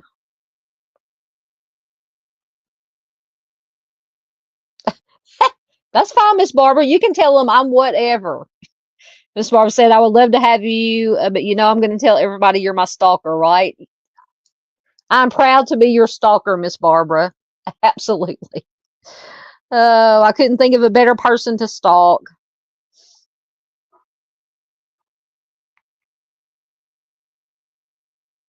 Yep, Ms. PJ says we all have always been pretty good at sticking to the facts, and that's why I have always been pretty good. That's why I've always stayed around this group. I went across YouTube a short time, but came right back. Yeah. Sometimes I'll venture out and watch a live stream or a video of somebody I've never watched before, and some I'll go back and watch again because they do good, and then some I'm like, nah, usually 5 minutes in I can tell if I'm gonna, click off. Don't come to this channel again. Oh, I can bring out so Miss Lisa, I was talking about her dogs earlier. Yes, the 28th was North, which is one of her doggies' second birthday, Nova Scotia duck tolling retrievers. All right, so North is going to get, let's see, this is appropriate. Here we go.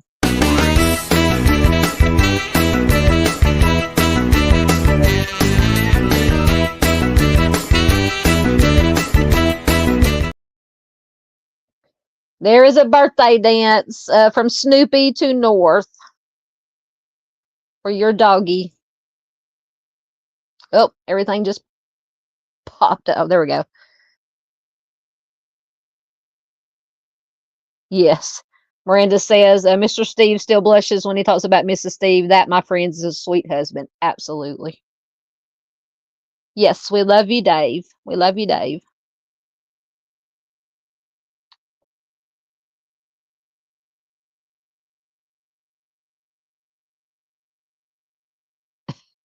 Lisa says, are you talking about accents again? Says, I say they sound like cornbread and I sound like tater tot hot dish.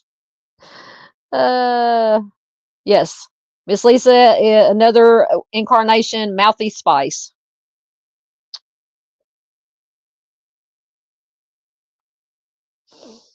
Paula says, you're officially doing a live on New Year's Eve day. We'll get something worked out on a live. We'll figure something out.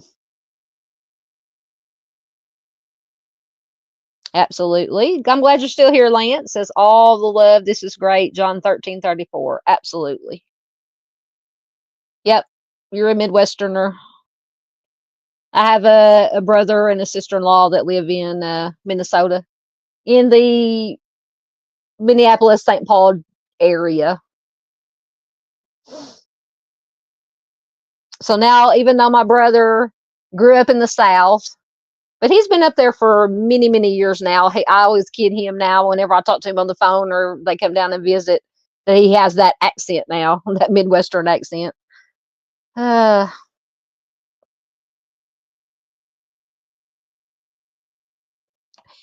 Heather says, I was in Washington once and told I had a wicked accent.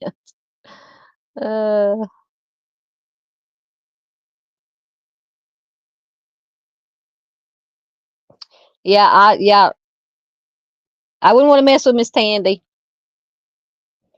Tomboy says no one wants to stalk me. They're afraid of Tandy.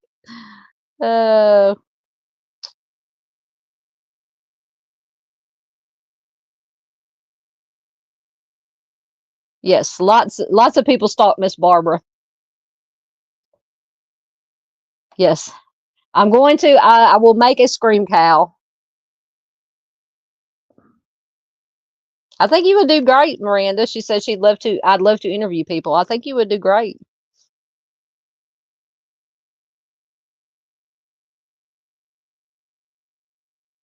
Are you talking to me?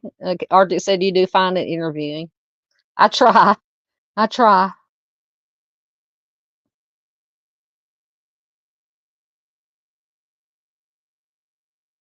Yeah, Lance says we should all come on camera and scream together.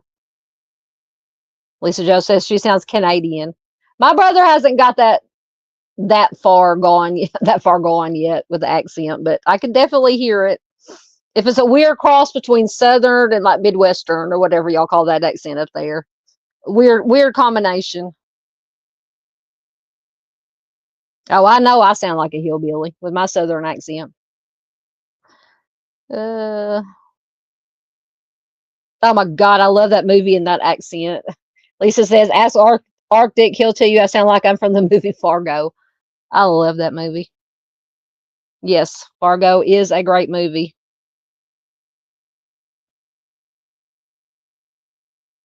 I think you have a not. I love your voice, Miss Barb.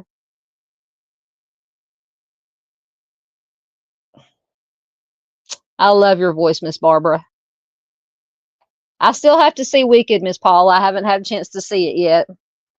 Hey, Aquarian One. Welcome, welcome. Good to have you here. We're just chit chatting. We got done with our. Oh goodness, we've been on here 3 hours. So let me get caught up.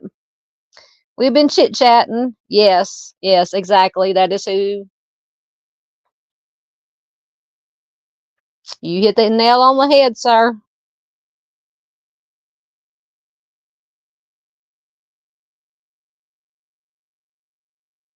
Yeah, he must be. Arctic must have sweet talked him with that southern accent. If he got his money back, that money back from Walmart. Oh, I haven't heard. Yeah, I want to see the new Alien movie too.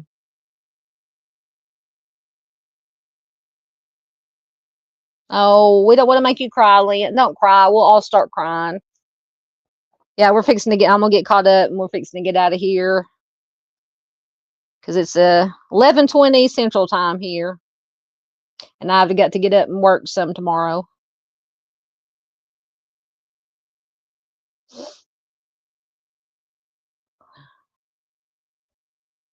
You talking about Wicked? Lance says I will, or Paula says I will. Thinks that's my favorite. There's a lot of great songs in that. I love. I don't know if you're talking about Wicked, but I love all the music, the songs from Wicked.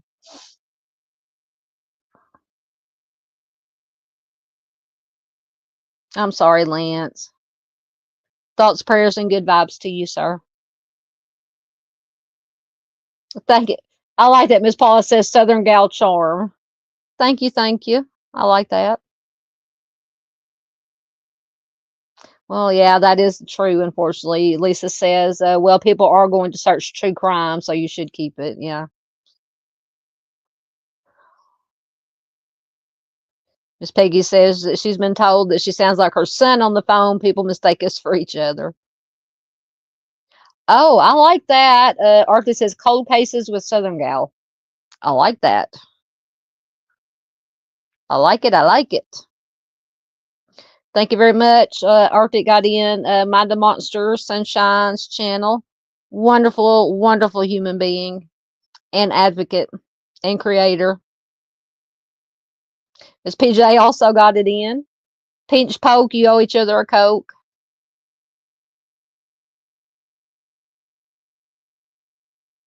Yes. Yeah, I got to get back to. I want to do some more lives about West Memphis 3. Miss Paula said the West Memphis 3 case is divisive. I wouldn't be surprised if any of them trolls show up. Yeah. Yep.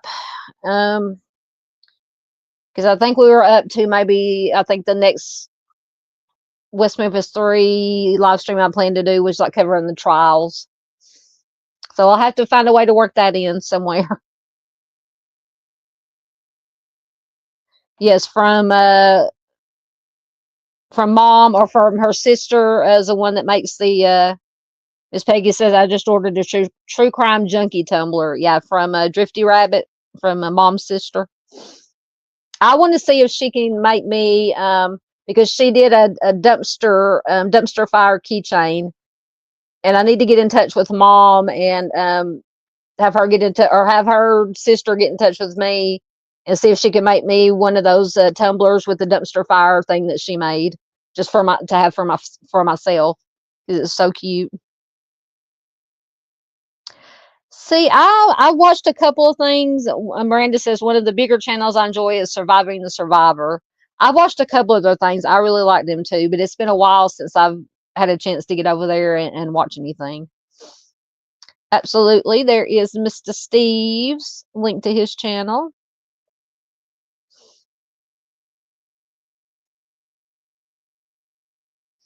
I like that too. Dean says Southern Gal shining a light on the missing. I like that too. Y'all give me some good ideas. Absolutely. There is Timmy's Legacy. Absolutely.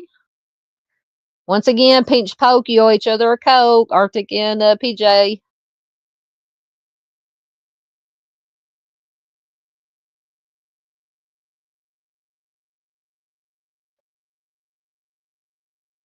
Good night, Lance. Yeah, we're fixing to get out of here. Lance says, good night, everyone. Miranda Lee, don't forget to read that Bible passage I shared. Absolutely.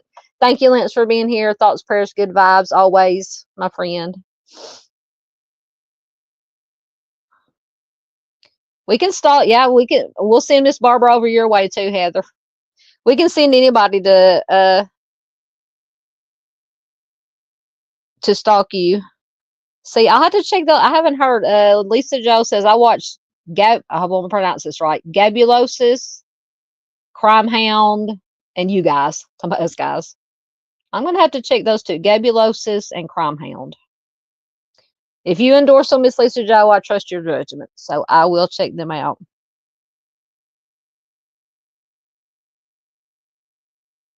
That's even better. Says, but Gabby and Crime Hound are just like you guys, victim oriented. That's excellent.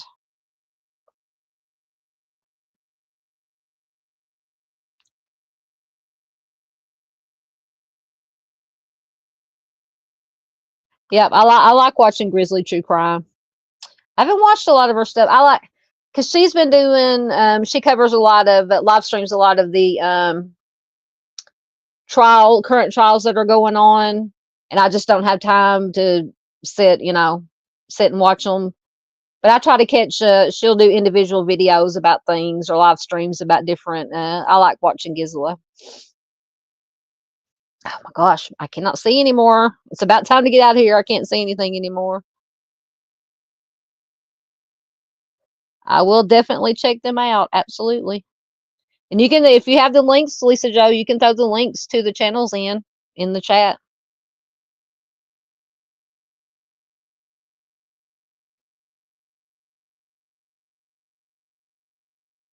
Okay, Gabby who? Okay, Lisa said Gabulosis is Gabby's channel. What? 1 hour from me? Who's 1 hour from you?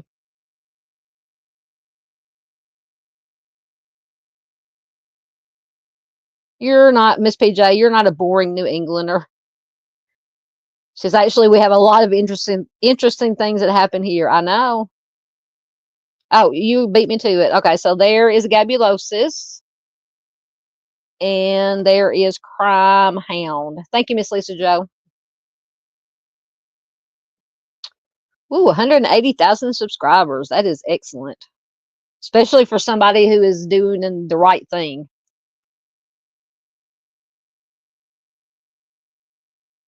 Oh, I hate, you talking about escalators or elevators? I don't like either one. Tomboy says the IDS tower in Minneapolis is the reason I'm terrified of escalators. I don't like elevators. I'm not too fond of escalators, but you talking about Gabby said, Lisa said, yeah, she's a big deal. Also one of the sweetest people ever. Excellent.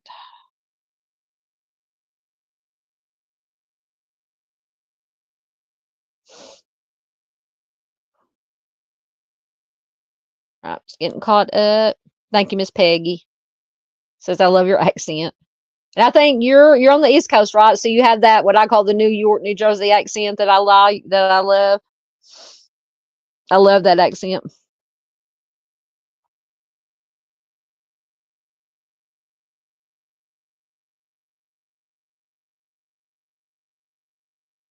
Oh, excellent. Where can you rent it from? Miranda says starting on 12/31 you can rent Wicked at home. What streaming service? Hopefully it's one that I have. I see when I go back and try to watch my live streams, or after I record a video, I'll go back and watch the video just to make sure I didn't flub anything up or need to redo anything. And I hate my voice. I'm like, to me, it doesn't even sound like me, if that makes any sense. Yeah, so I know what you're saying, Arctic. But yes, I love Arctic has the best voice. I wish I could. Oh God, what is what I'm looking for? The way when he's doing his videos, the way he orates, and just is just so fluid and so natural. And when I listen to myself, I'm like, I sound like a bumbling idiot just reading, which I am just reading off of a website or whatever I'm reading from. I just sound like a bumbling idiot when I go back and listen to my videos, and then the Arctic, and how he is just so smooth and fluid. And oh my goodness, you could be like on the radio, Arctic, or on TV with the voice and the way you talk, your speech pattern. It's magnificent. Anyway, I'm babbling, so that's usually a sign that it is. There we go. Are we back to instead of mouthy, we're back to bitchy? Okay. See, everybody loves your voice, Arctic.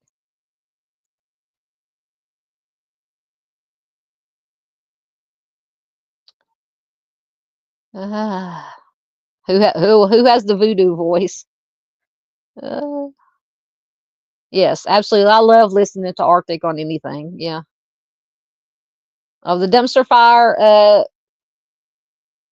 Usually that's what I call it, because usually on my live streams, something will happen. Nothing will load. My farm signal will crap out on me. Something will go wrong, and I call it a dumpster fire. Everything turns into a dumpster fire. I have hold on. Let's see if I can find it. Turns into this.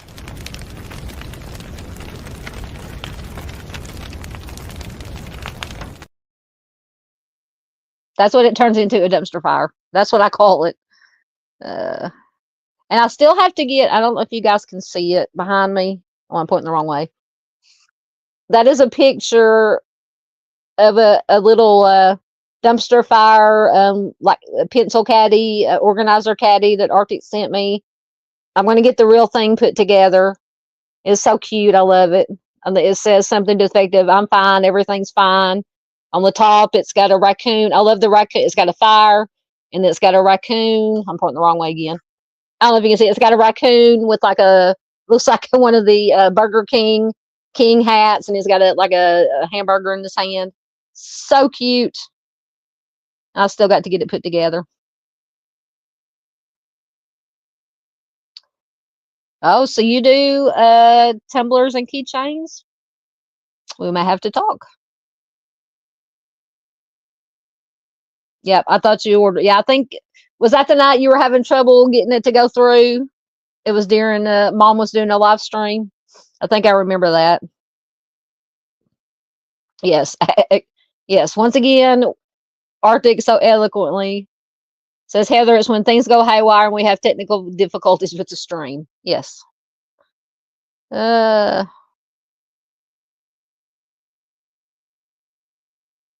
So Gabby does vintage cases. Excellent. Or what do you say? Ancient cases. What is that? You and was it you and Lisa Joe going back and forth about the ancient cases?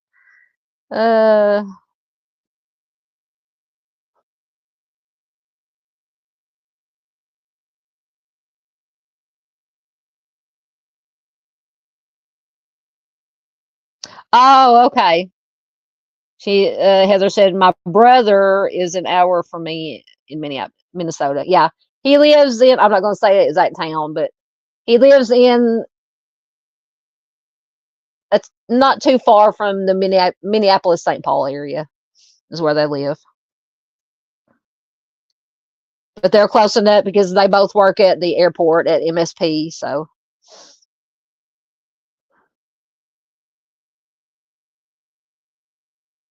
Oh my goodness. Oh, I have had nightmares about that. Tomboy says my pants got stuck at the bottom of an escalator there. Oh my Lord. I have seen videos of people getting there's one video of a woman, I think she fell and her necklace or something got caught in it, and then people's shoes get caught in it, like women wearing high heel shoes getting caught in it, and pants. No, the stuff of nightmares. Yes.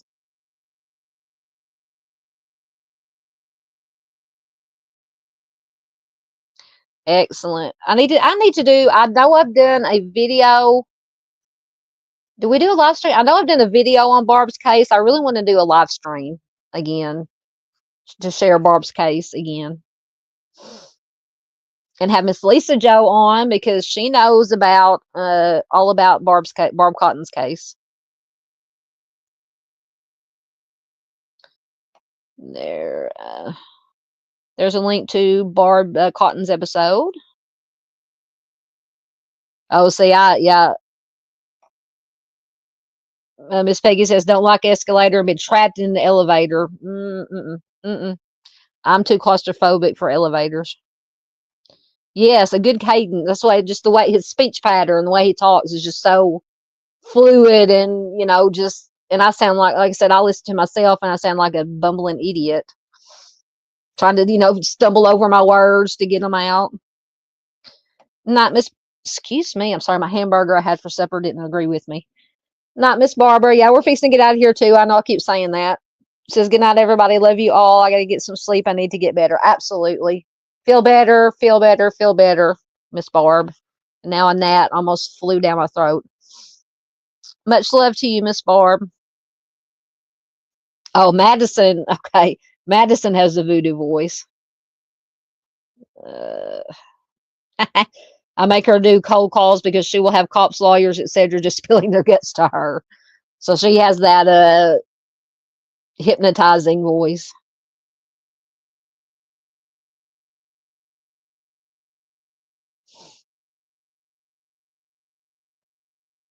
Yeah, that's what okay. Yeah, I remember that.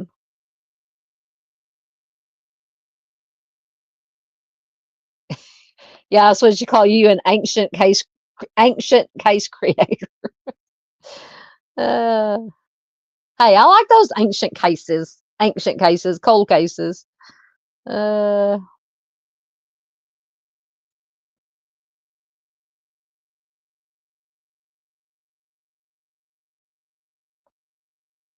Thank you. We will get something together, Miss Lisa. She said I would come on a live to talk about Barb's case. Excellent. We could have me, we could have you, we could Arctic could join in if he wants to, or it's PJ or anybody, whoever wanted to join in. Absolutely.